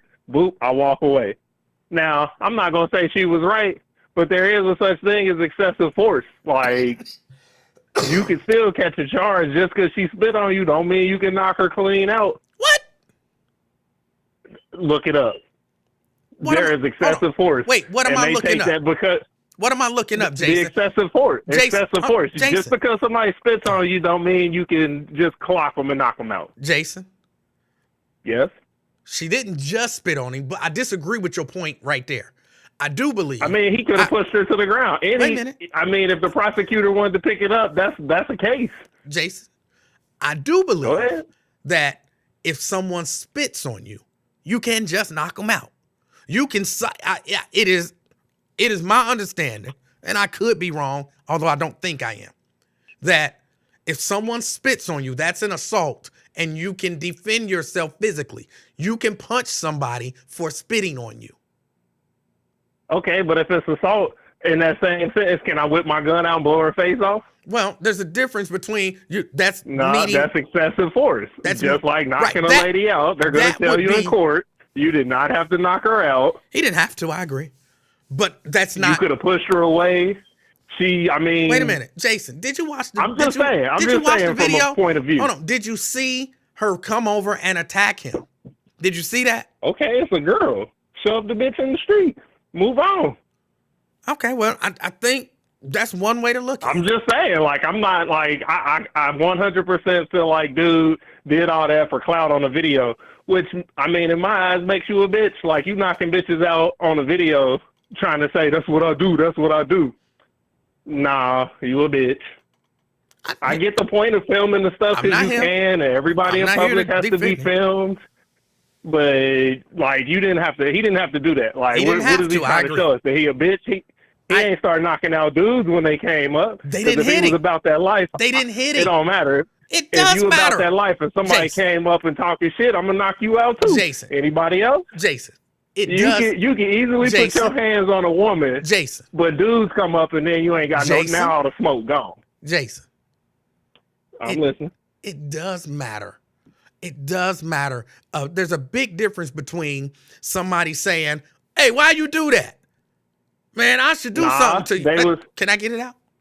Why you do that? My bad. I stopped. Why you do that? Man, I should do something to you. And slapping you, punching you, hitting you, and spitting in your face. You think those two are the same? Threat is a threat to me. I mean, if you bad enough to knock a bitch out, you bad enough to knock a nigga out too. Coming up talking about why you do that, I should do something. Okay, here, let's do something. And that's exactly what he said. Do something, and they didn't. No. You can knock a bitch out. I'm gonna run right up on a dude and knock him out too. Like, anybody else got something to say? He didn't knock her out because he said something. He's so tough. He didn't knock her out because bitches out on the street. He didn't knock her out because she said something. He knocked her out because she assaulted him and spit in his face. That's different. He's so tough she said to knock a bitch out to spit on him and hit him with girl hits. He should have been tough enough to knock a dude out. They didn't hit him for a page. They didn't hit him. It don't matter. They said they was. That's a threat. It kind of does. That's a threat, and I can act on it. It does matter. We should do something to you. That's a threat. You were in a mob. I was scared for my life, so I started whooping niggas' asses. If you that live, he not look. We disagree. He knocking bitches out on the street. He could have knocked dudes out. In that, I don't believe that it's okay for women to hit dudes and dudes have to just take it and walk away. No. Don't get me wrong. You just said it. No. I said he was wrong for knocking her out. He could have took different means. I didn't say she would not catch something. I'd have damn near threw her across the street, put her in a garbage can, choked her out. I'm not gonna knock you out with my hands. You a girl. Hold on. How you gonna choke her out there? Well, I mean, seeing as how I'm like 6'4", 250. I think it'd be real easy to get a hold of her. How you gonna do it? Explain to me, how do you I'm gonna choke her? grab her, but I ain't got. Real quick. Hold on, no, these are She's simple swinging questions. wildly, acting silly. As Jason. soon as she spit, I'd have grabbed her by the face. Jason, you said you Yep. would have choked her out. Yeah. Believe it or not, That's proper restraint. Hold on. Not choke you out until you pass out, but like we gonna sit here for a while until you calm down. okay, I don't even understand what you're saying. Your words don't have real definitions at this point. Whoa. Choking So you telling somebody me you never out. restrained somebody? Choking somebody out is choking them out. I've never Okay, not said choke you out. that put I you in a choked hole somebody to out when I restrain just you. held them. Then let me switch it around there so we can get on the same page. All right. Restrain you so you calm the fuck down. Better? All right. And again, you got a right to believe that. I'm not telling you you're wrong. Like I said, we just disagree, and you say we don't disagree, but we do. You I didn't believe, say we didn't disagree. but you did. You believe that a woman should be able to hit a man. No. You I even let me never get it out. said that. If you let me get it out, then you'll see that you did say what I'm about to say. You're right. You I'm being believe- a typical buzz caller and not let you make your point. So go ahead. You believe that a woman should be able to hit a man and only receive kind of light punishment from the man. He has to be exceptionally restrained where she can be exceptionally aggressive. And in your mind, that's the trade-off based on gender. I don't agree with that. I think. See, my bad. Let me know. Go when you're ahead. done. Go ahead. I was gonna say, for what she did versus what she got, yes. Now, it's just not my response. Like, now, if she would have came back with some thunder or swinging a west or something, then you got to do what you got to do. But like, I just frown on knocking chicks out over petty stuff like that for likes on YouTube or wherever his page is. Like, it just reeks of clown to me. Like, Okay, and I look, I acknowledge that that's how you feel. I'm trying to understand the standard that you have. So how many times, because I had to break it down so that I can understand it. Everybody else probably understand what you're saying. How many times in your mind does a woman get to punch you, hit you, kick you, slap you, and spit in your face before you can use some actual physical force? Not just hold her, because she can still spit while you holding her. So how many times does she get to do this before you can actually use some physical force in your mind? I mean, I'm going to exert what you give. The little spit, while that's very disrespectful, I might mug you to the ground. Like, I'll palm your face and push you to the floor. And most people, once they realize, oops, like, that was a lot of power he put into that, and let me be on my way. If you come back, body shot. Okay. Like I said, it's got to escalate. No, like, I'm just not going to go from zero to punching a bitch in the face. Right. Let's take it. So the first time you push her, the second time you hit her with a body shot. What about the third time? She's not coming back after the third time. But she did. So Unless what about the Layla third Ali. time? No, but she did. She hit him. He kind of pushed her away. She came up behind him. This is the second time she hit him. He pushed her away. Well, that was his fault. That's how you knew he baited her in. Like, that's how you knew he was doing it that don't for matter. likes. Like, I'm not, if somebody... Hold on. We're not talking about necessarily him. Okay. We talking about, you say the first time you push him, the second time body shot. What about the third time?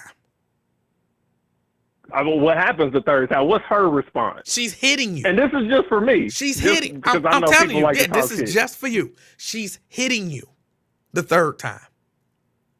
Like, girl shots, like... She's a girl, I've yet to have I mean, I'm not saying chicks aren't out here, because I know chicks that knock people out, but, like, she's not throwing thunder. Like, she's a girl. Go away. So any shot she throws is a girl shot. So, yes, she's hitting you. It depends. Like, if she just get too scrappy, then, Then what? She's a female. Like, I can slam you in this right now. So then you slam her. Now, what about the fourth time? She's not getting up for the fourth time. No, but she I did. promise you. But she did. What about the fourth time? That's for him, because he's a punk. who beats up girls.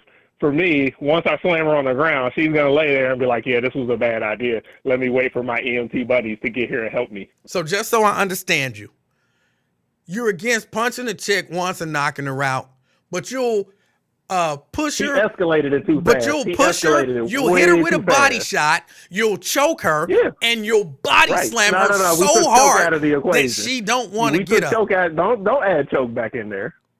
Okay, you'll hold her by the neck tightly, and you'll body slam her, and that's all okay. Versus, so hard like, that she won't want to well, get actually, up. I can't put myself in that situation. I'm just telling you my level of escalation. Like, I'm just not out here going to randomly punch some chick that I provoked in the face because... And you'll throw her in a garbage Wallace- can across the street. That's all Yeah. acceptable. Yeah, because she's not knocked out. And when they look at the tape, being a black dude, like, they're not going to be able to say, well, he used excessive force because he just laid the bitch out right here in the street. No, I tried to de-escalate it. I pushed her away. I pushed her away again. I put her in the garbage can. Somehow she managed to get out. And that's that. Okay. I'm just saying. Like, that's my, like, Look, my and that's whole how thing I was goes back just to... trying to understand. My whole thing goes back to he escalated way too fast, and there's different ways to handle stuff. Like, he should have just, once she moved, just go. Like, don't do all that talking, just go and move on. Like, you want to do all that lip. You know how many loony people is out here looking for confrontation? Well, Like, I'm not, it stinks. It stinks of a clown looking for likes on his page. Okay. Hey, look, you That's got a just right my to your thought. opinion. I just wanted to get an understanding of the way that you feel about it so that I would know. It's all right to punch a bitch in the stomach. It's all right to body slam her so hard on the ground that she can't get up. It's all right to throw her in a garbage can. That's cool. De-escalation tactic. Okay. Just hauling off and punching somebody in the face. I mean, I don't That's know where right. that was, but it looked kind of like New York City. Like, I that's believe it probably was. not the place you want to be doing that stuff. Like, I just because, I want mean, their police not- department is a gang, but their fire department and EMTs are also another gang. So I would hate for them to come and show you what real dudes do. all right. He was there asking for it. They just didn't give it. But look, you got a right to your Yeah, opinion. that was the bystander. You got a right to your opinion. I'm not telling you you're wrong. I just wanted to understand it. It's strange to me, but at least now I You understand. can't just hold on, wait. So hitting somebody with a body shot, back up, get up off me, and stopping the whole thing in your eyes is the same as clocking them right in the bridge of the nose and knocking them the fuck out. Yeah. Oh, You punching and body slamming chicks, and you like, hey, what happened to this is gentle. de-escalation?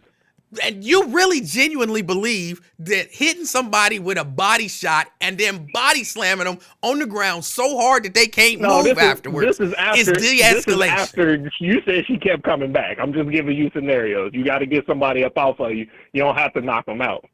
And it's a girl. I'm just saying, like, the body shot sounds like a way better option. It'll stop somebody cold. That's just in my eye. And it's a girl. Like, why you, like, what was going through his mind to just punch a chick right in the face and knock her out? Like, She was punching him and spit in his face. other ways to get her up off of you.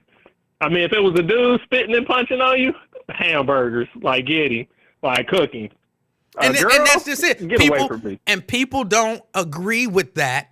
And I think that's possibly how that woman was raised. Like, you can do anything to a man and he ain't gonna do nothing. And so that's why she thought it was okay to run over and attack and spit in his face. But hopefully now she'll look at it and she'll say, no, it's some dudes out there that will sock me if I sock them. So maybe I shouldn't be socking dudes. That ain't fun. I shouldn't laugh. That's not funny. Oh, before you put me off the phone, I also believe that the people that were standing by watching, in my eye, why are you saying something now? Like, you should have grabbed her before when she started all that. You should have grabbed her, stopped it right then and there. I hate bystanders that wait till the last minute. All right. But that's all I had. All right, Jason. Have a All right. good one. All right, that was Jason. All right. I wanted to understand his position. And I think I do understand his position. He's one of those guys. And I think I might be one of them too, who feel like a dude shouldn't just hit a chick with everything he got. A dude shouldn't just hit a chick with everything he got. And I kind of feel that way too. Now, I don't buy into the theory that, a woman can hit you with everything she got and you're wrong for responding in kind. And I know that sounds like they don't go together. I'm conflicted inside like Darth Vader. You know what I'm saying? The struggle inside of me is going on. But don't hit people. Don't hit people. People, don't hit people.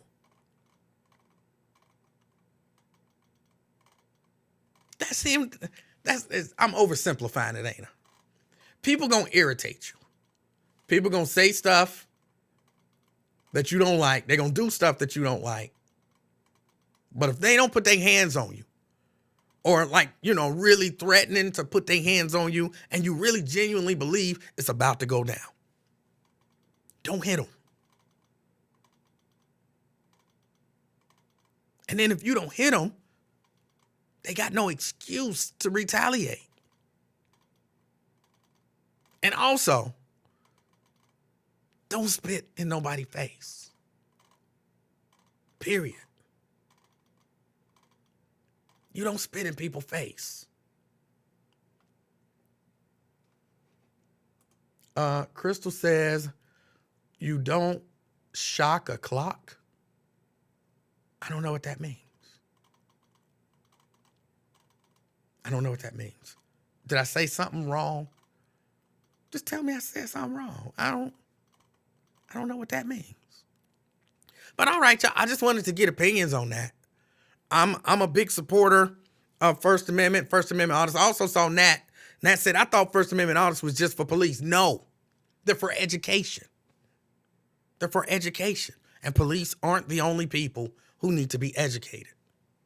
Citizens also need to be educated. So they're for everyone. But all right, that's it. That's all I got. I'm being ready to get out of here. It is Friday. So I have to do my version of a toast. Crystal says, do you have a shock clock for call? What is a shock clock? I don't know what a shot clock is. Hold on. Are you trying to say shot clock? Like in basketball? That might be what you're trying to say. Brent. Please say you're not doing a Twinkie toast again. I got to get the sweets in, bro. I got to get the sweets in.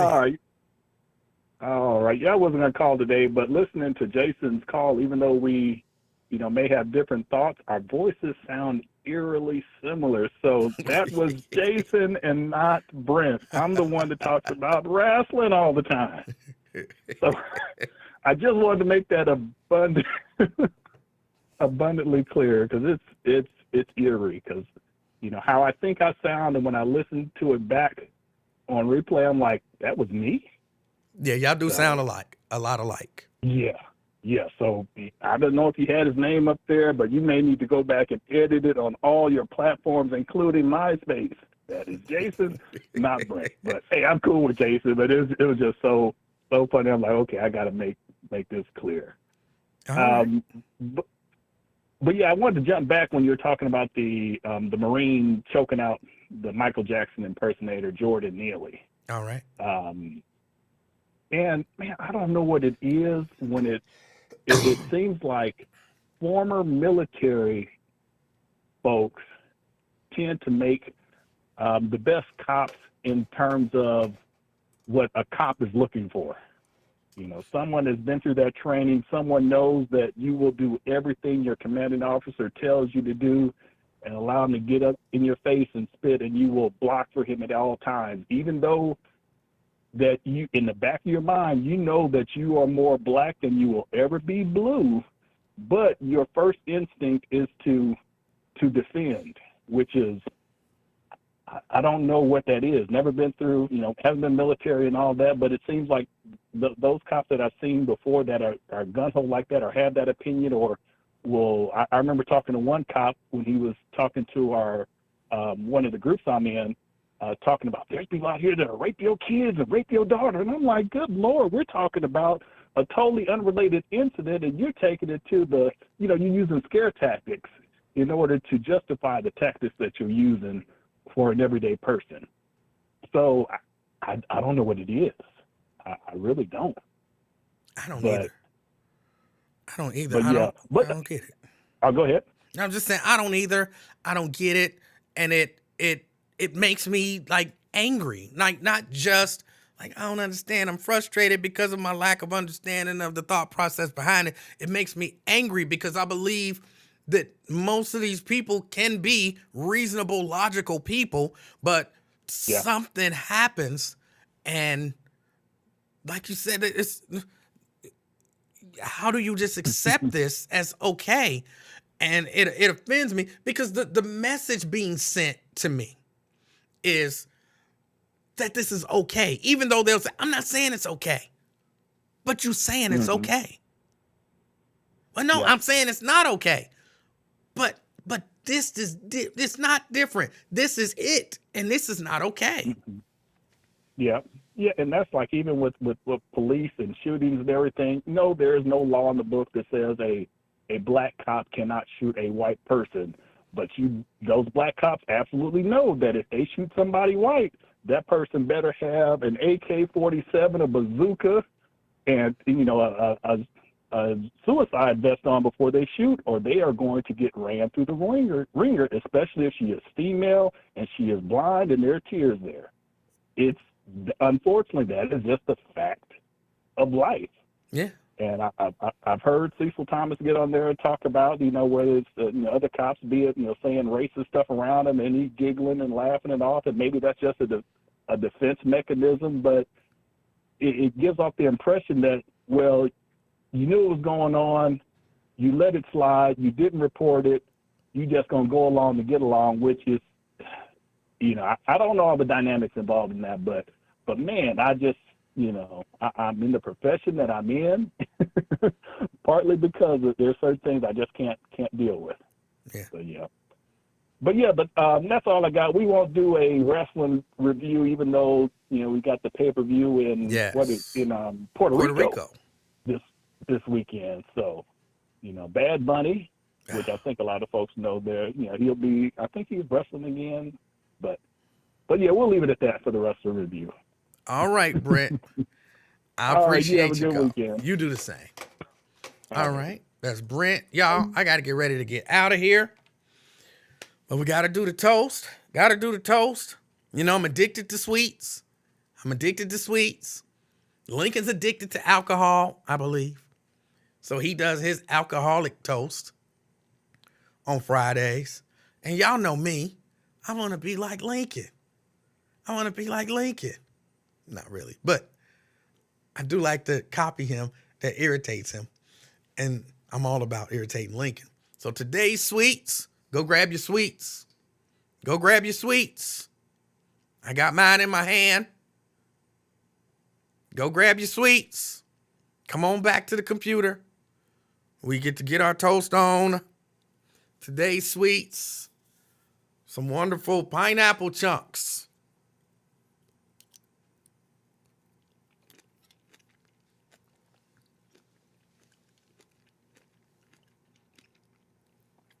See, I'm trying to do a little better.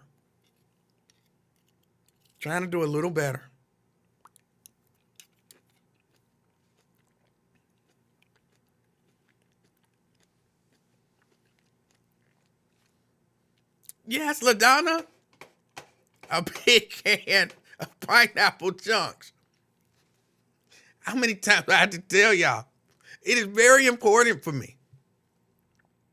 Even though we talked about this whole throat cancer thing, it is very important for me to be delicious. And they tell me this helps.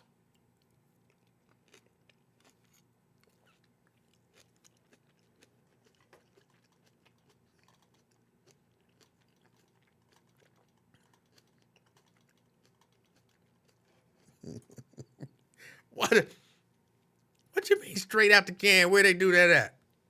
I'm supposed to dirty up a dish? I'm going to eat the whole thing.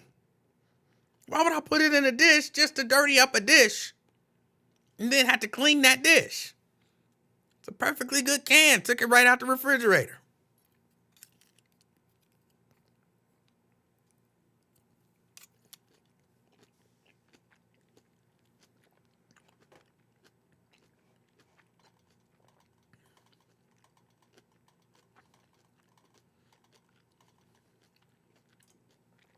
Donna said that's for women. Back in my younger days, I keep telling y'all this. It's not just for women. It works for men too, apparently. Because I've been told that I am delicious. Do you not have any bowls? Why dirty up a bowl when I got a perfect container right here? In your mind, what's the difference between this and a bowl? Why is a bowl better than a can?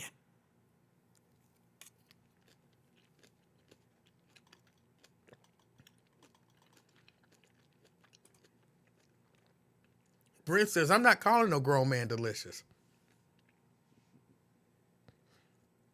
Hopefully, you never taste a grown man after he's eaten pineapples. A woman said I was delicious, not a man.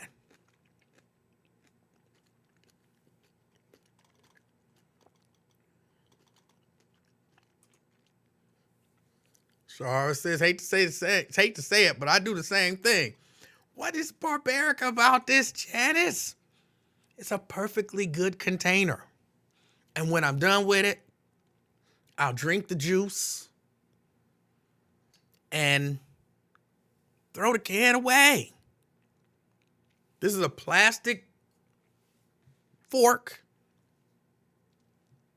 I throw that away too and be done. No dishes. What's y'all hang up? What is y'all hang up?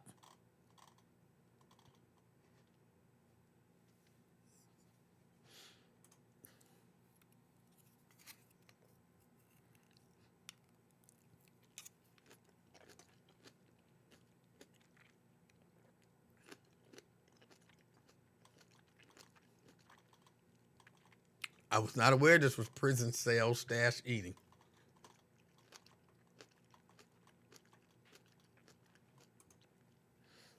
It tastes so much better when it's being eaten from a nice piece of china. I ain't got no damn china. I got dishes. Probably bought from like Walmart or what's that, Next Tuesday or, some store. Got no china. This ain't the 60s, Janice.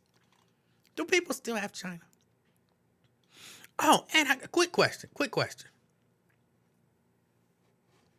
I know a lot of y'all don't go to church, but does anybody know of a church where the choir still march in? I want to see it. I ain't seen it since I was a little kid. Back in the 70s when the choirs used to march in.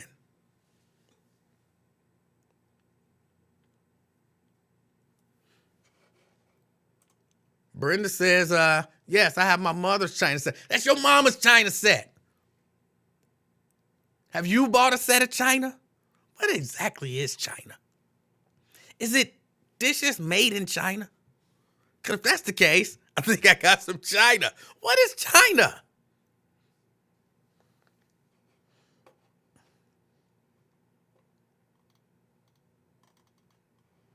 Regina says, I do every Sunday. Oh, you go to a church where they march in every Sunday? She says, no, we don't march in anymore. I want to know where a church is where the choir marches in robes on Sundays.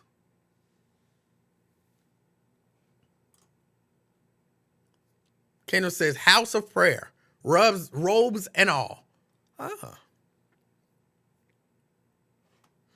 House of prayer. Where's that at?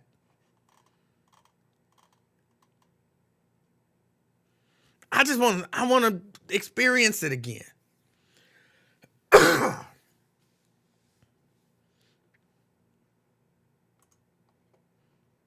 China equals expensive, fancy dinnerware.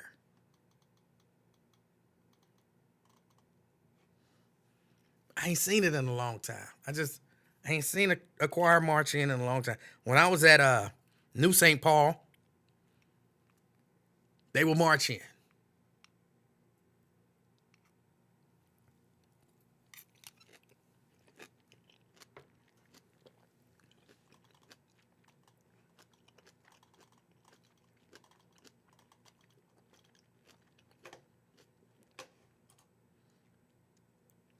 Chris says, I don't believe I've seen choirs do that anymore either.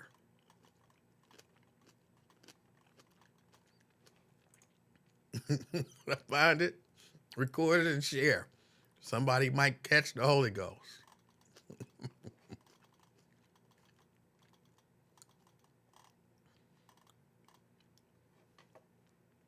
Matt says, I remember doing that. I was an usher. Yes, I put the R in the middle. Or I guess more towards the beginning. I like pineapples, Shara. They pretty good. I'm only about halfway through. I'm not going to finish the whole thing. Not live with y'all.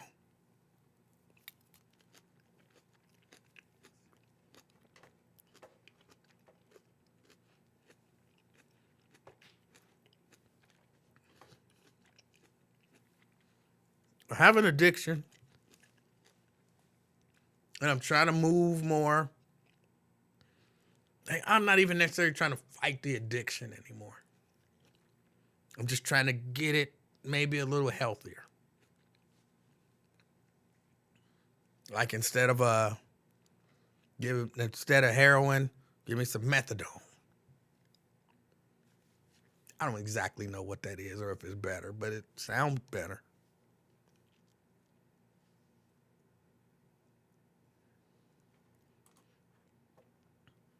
Regina said, I don't know of any choirs that do that unless it's a special program with choirs.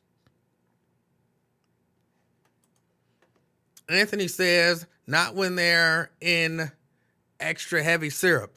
This is in 100% pineapple juice. 100% pineapple juice, not in syrup. Oh, y'all might not be able to see. I don't know if y'all can see. I don't know how to turn it this way. Y'all can see that. Y'all can't see that. But it's in pineapple juice.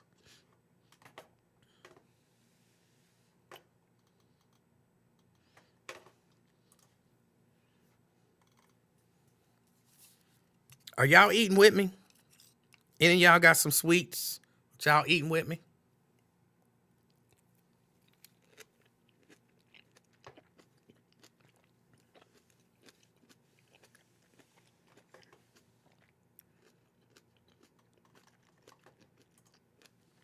Kenneth said they put him out to church 5 years ago.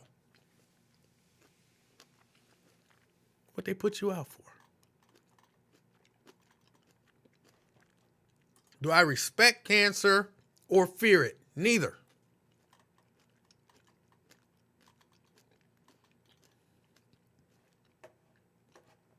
Oh, Jason got the lemon Oreos. I'm telling you. Lemon Oreos. When I first got turned on to lemon Oreos, I was like, Jesus loves me.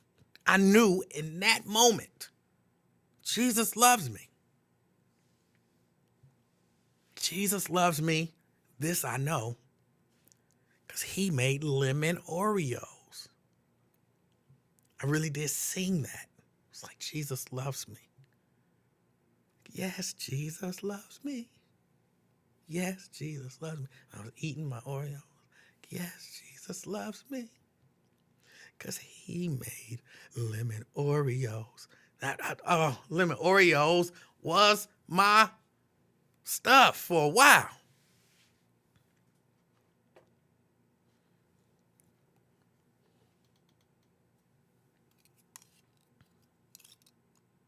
I got some, still got the ginger snaps. Hold on, do anybody know?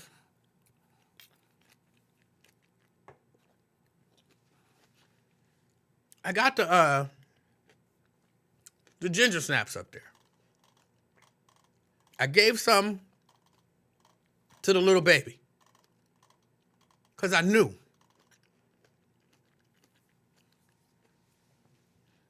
I knew she wouldn't like them. I knew what she would say. They hot. It's like, good. But does anybody know? I got the bag open. I like when cookies are, I'm going to use the term stale. But not, like you ever had vanilla wafers that they sit, and I don't know what's happening. They absorb the moisture in the air, something, and you can bend them, but they still taste good. You can kind of bend them before they break. I like them to soften up. Does anybody know how to soften up cookies, like hard cookies? It happens accidentally to me every once in a while, and I'm so pleasantly surprised because I'll eat good old-fashioned, hard, almost break your teeth off ginger snaps and vanilla wafers because I like them. But when every once in a while I go and I get them and you go to bite them and they don't crunch, they kind of bend and break off, they are delicious.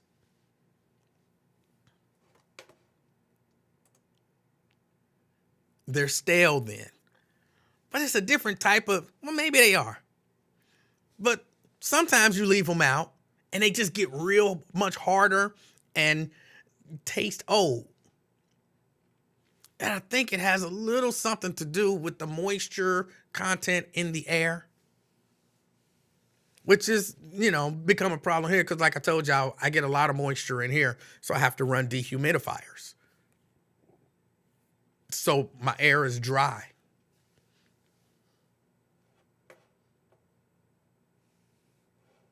Does anyone like a Fig Newton? No real person likes Fig Newtons. No real person likes Fig Newtons. Just actors on Fig Newton commercials. They like Fig Newtons.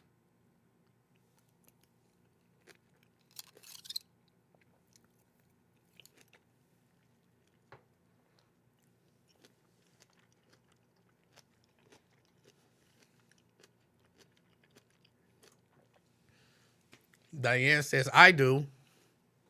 You probably like black licorice too. Telling you, only weirdos and Diane like Fig Newtons.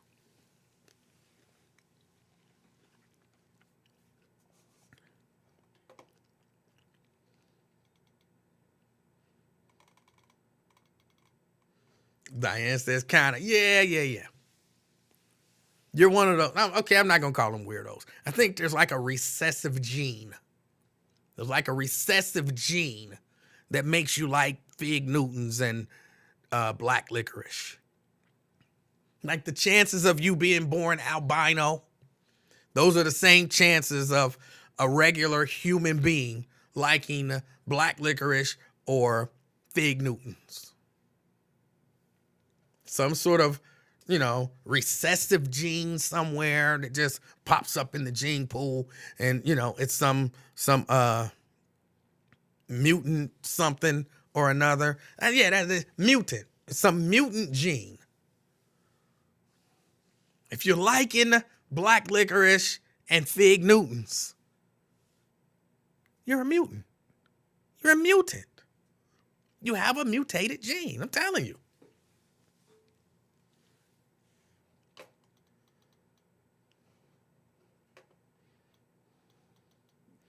Crystal says, I love black licorice jelly beans. Yeah, you're one of those people with that mutated gene. It's got to be genetic. My mother-in-law likes it. Just because you're a mutant doesn't mean you're, you know what I'm saying? They're good mutants. They're good mutants. The X-Men. Your superpower is liking black jelly beans and fig Newtons. So you're special in a not so special kind of way.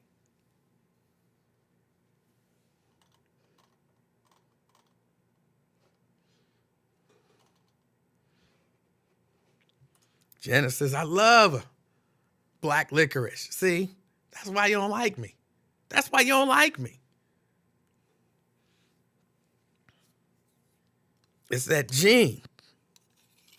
And I have a gene, I think, that repels that gene and makes the people with that gene not, well, that's not true because my mother-in-law likes me.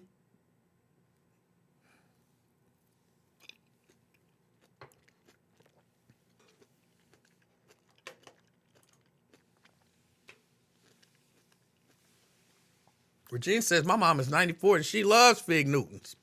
Well, that don't count. That don't count. Like really old people, they was down with whatever. They ate chitlins and thought it was like a delicacy. She 94. You know what I'm saying? When she was a little kid, she couldn't like go to the store and get like real candy. She had to go to the store. She might have lived where, you know, white people lived. And then they ate all of the real jelly beans and just left the black ones. And so, you know what I'm saying? She thought it was, you know, she was happy to get them. And she developed a taste. So she might not be a mutant. She developed a taste for them. And black licorice is right there with them. So it don't really count with her. It don't really count with her.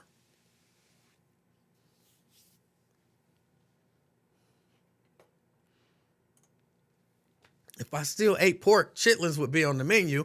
Well, that's because your family kind of jacked up. You have familial issues. Them country people in the family will be eating pig ears and stuff. And so you was, you know, kind of a product of that. You were a product of that. So you can't help yourself either.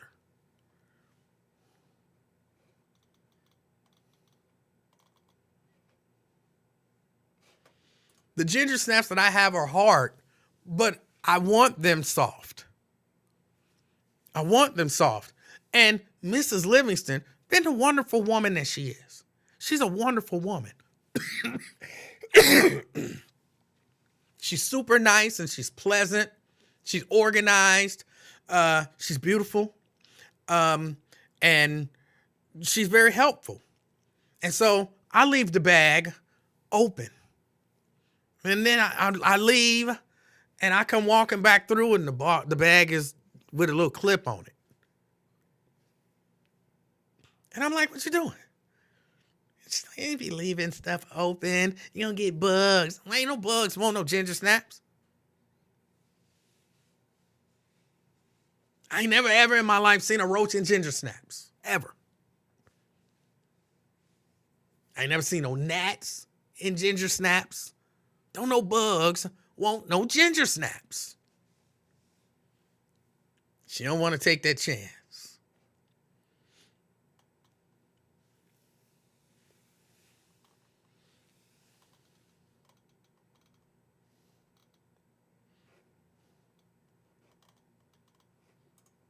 Crystal says, I'll take being an X-Men, but that superpower you gave E is corny.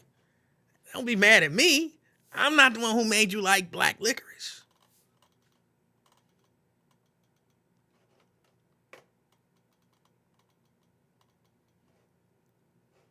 Yeah, leave him out with the bag open. Tell that to Mrs. Livingston.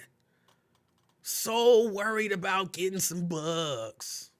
So worried about getting bugs. Because, thank God, we ain't got no bugs. We ain't got no roaches, no, whatever. We ain't got we got like spiders and stuff in the basement, stuff like that. But she won't leave them open.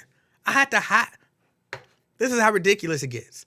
I have to hide my open bag of ginger snaps so she don't close it and put a chip clip on it.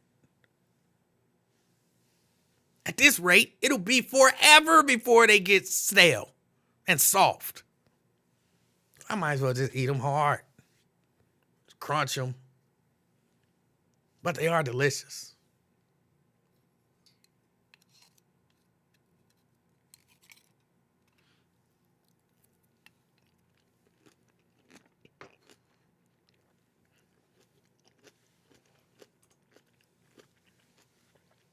Anthony, I don't know. I don't eat banana splits. I don't particularly care for bananas. But I can eat a plain banana.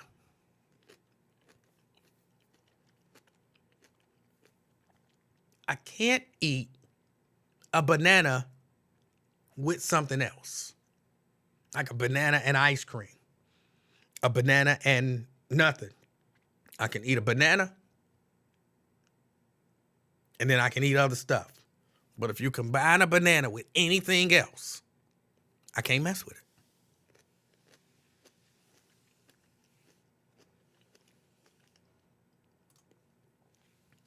Try closing them in Ziploc bags.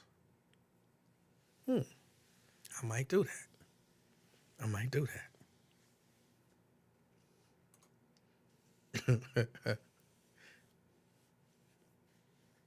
Boy, oh boy, you have a strange palate. Is that strange? I don't like a lot of mixing of stuff, except for breakfast foods.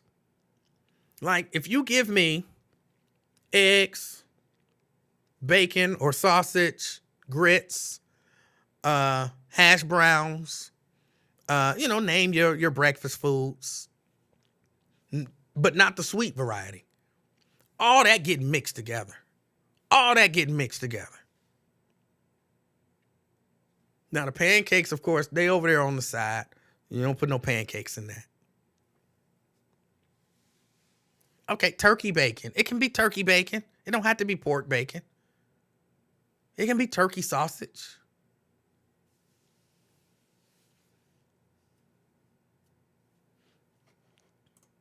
So Lincoln breakfast bowl is up your alley. I've never seen the Lincoln breakfast bowl thing. Never seen it. But yeah, does Frisch's still have their breakfast bar? That might be a move for me tomorrow if they do. Do they still do the breakfast bar? I know a lot of people stopped doing stuff like that when COVID hit. And, all of the you serve yourself stuff.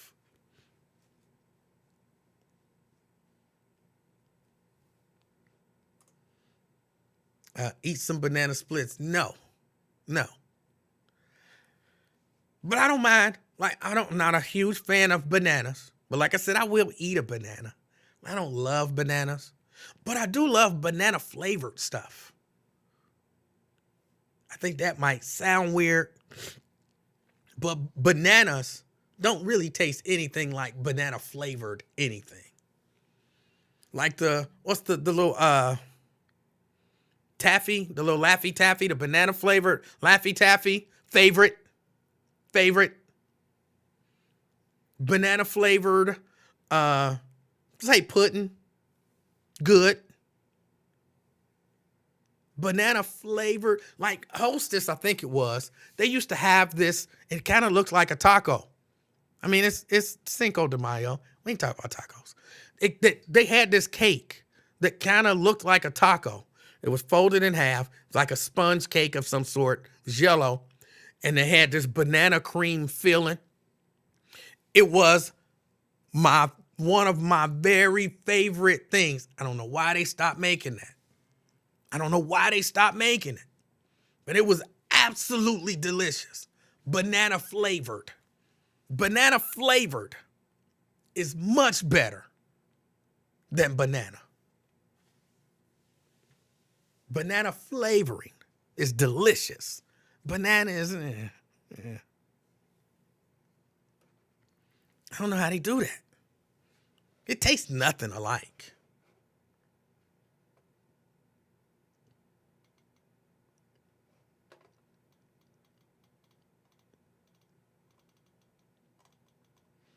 Diane says, I like banana and peanut butter. But we've determined you're a mutant. You're a mutant. You like fig Newton, black licorice, black jelly beans, and banana and peanut butter. You're a mutant. I'm sure you're a lovable mutant, but I could probably just run off a list of like really nasty stuff and you'll be like, yep, I like that. Like, mutant. Mutant.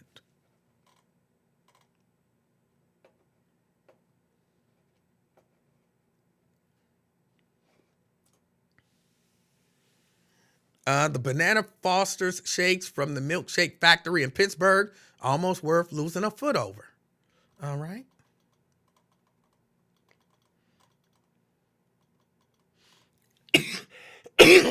Banana moon pies, yep. Yep.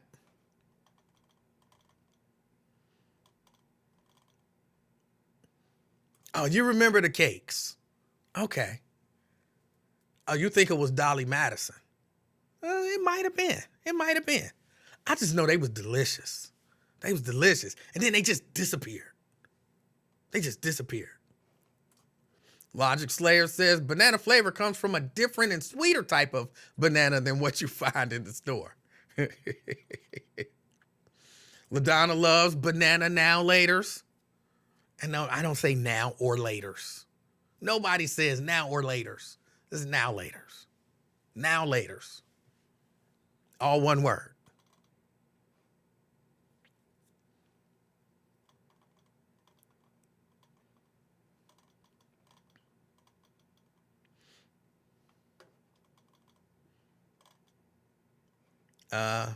You can't stand moon pies. Moon pies is all right.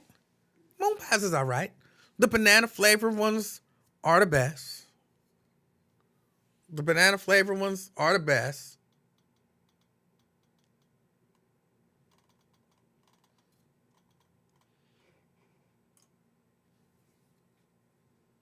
Regina says no banana. I thought you said you liked banana and peanut butter. You said you like banana and peanut butter.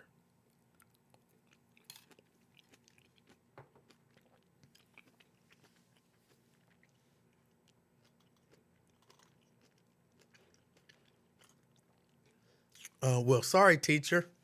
Give me your phone. That's what teachers do. They take something from you. Give me your phone.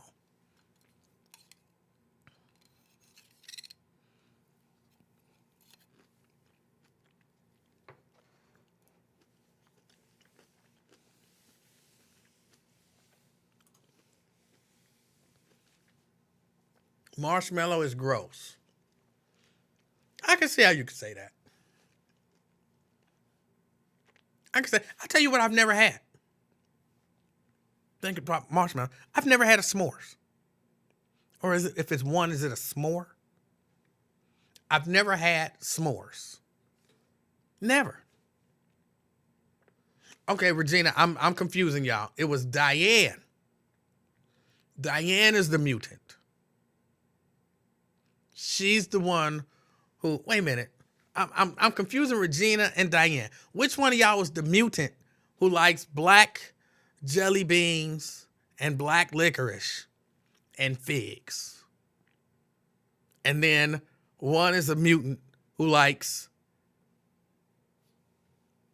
banana and peanut butter. Which is which? But I have had roasted marshmallows and roasted marshmallows are delicious. They're delicious. But I've never had s'mores.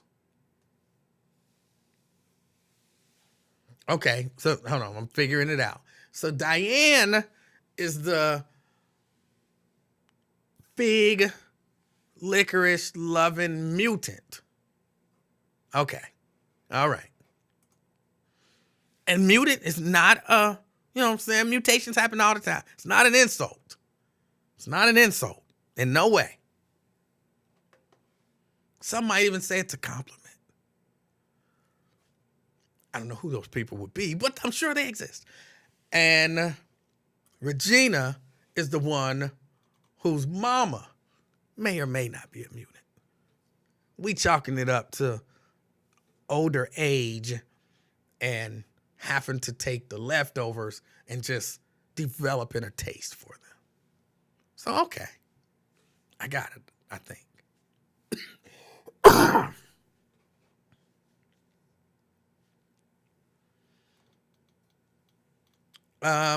My sister says, I said I never had s'mores.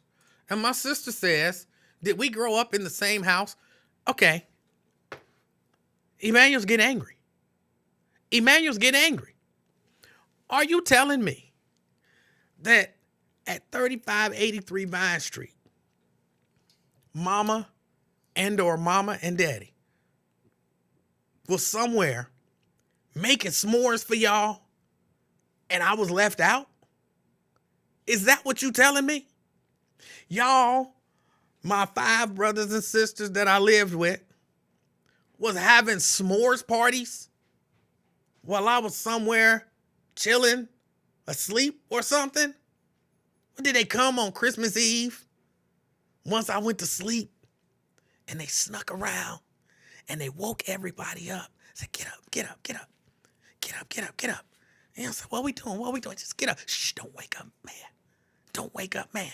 Get up, get up, get up. So what we doing? And y'all went out back and had a whole s'mores party and then went back to sleep and didn't tell me nothing about it? Is that what happened? Because I'm getting mad now.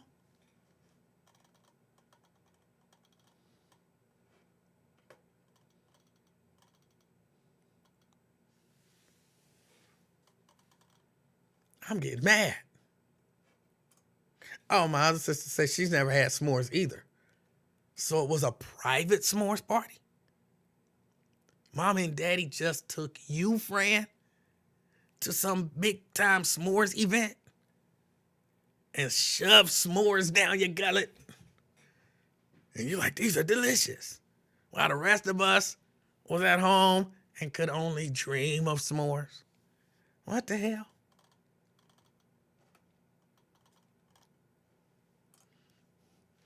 Oh, okay. So no, that wasn't the case either. All right, well, I feel much better now. I feel much better now. All right, y'all. I got to get out of here. I just saw Mrs. Livingston come and give me an eye. That means it's time to go. I appreciate y'all hanging out with me. I hope everybody has a wonderful weekend. I have a busy weekend planned. And I plan on having fun doing everything I got to do this weekend. All right. Until next time, it's been the afternoon experiment. My name is Emanuel Livingston. Hope something amazing happens to you this weekend. All right? Something life-changing. Till next time, I'm out, y'all. Peace.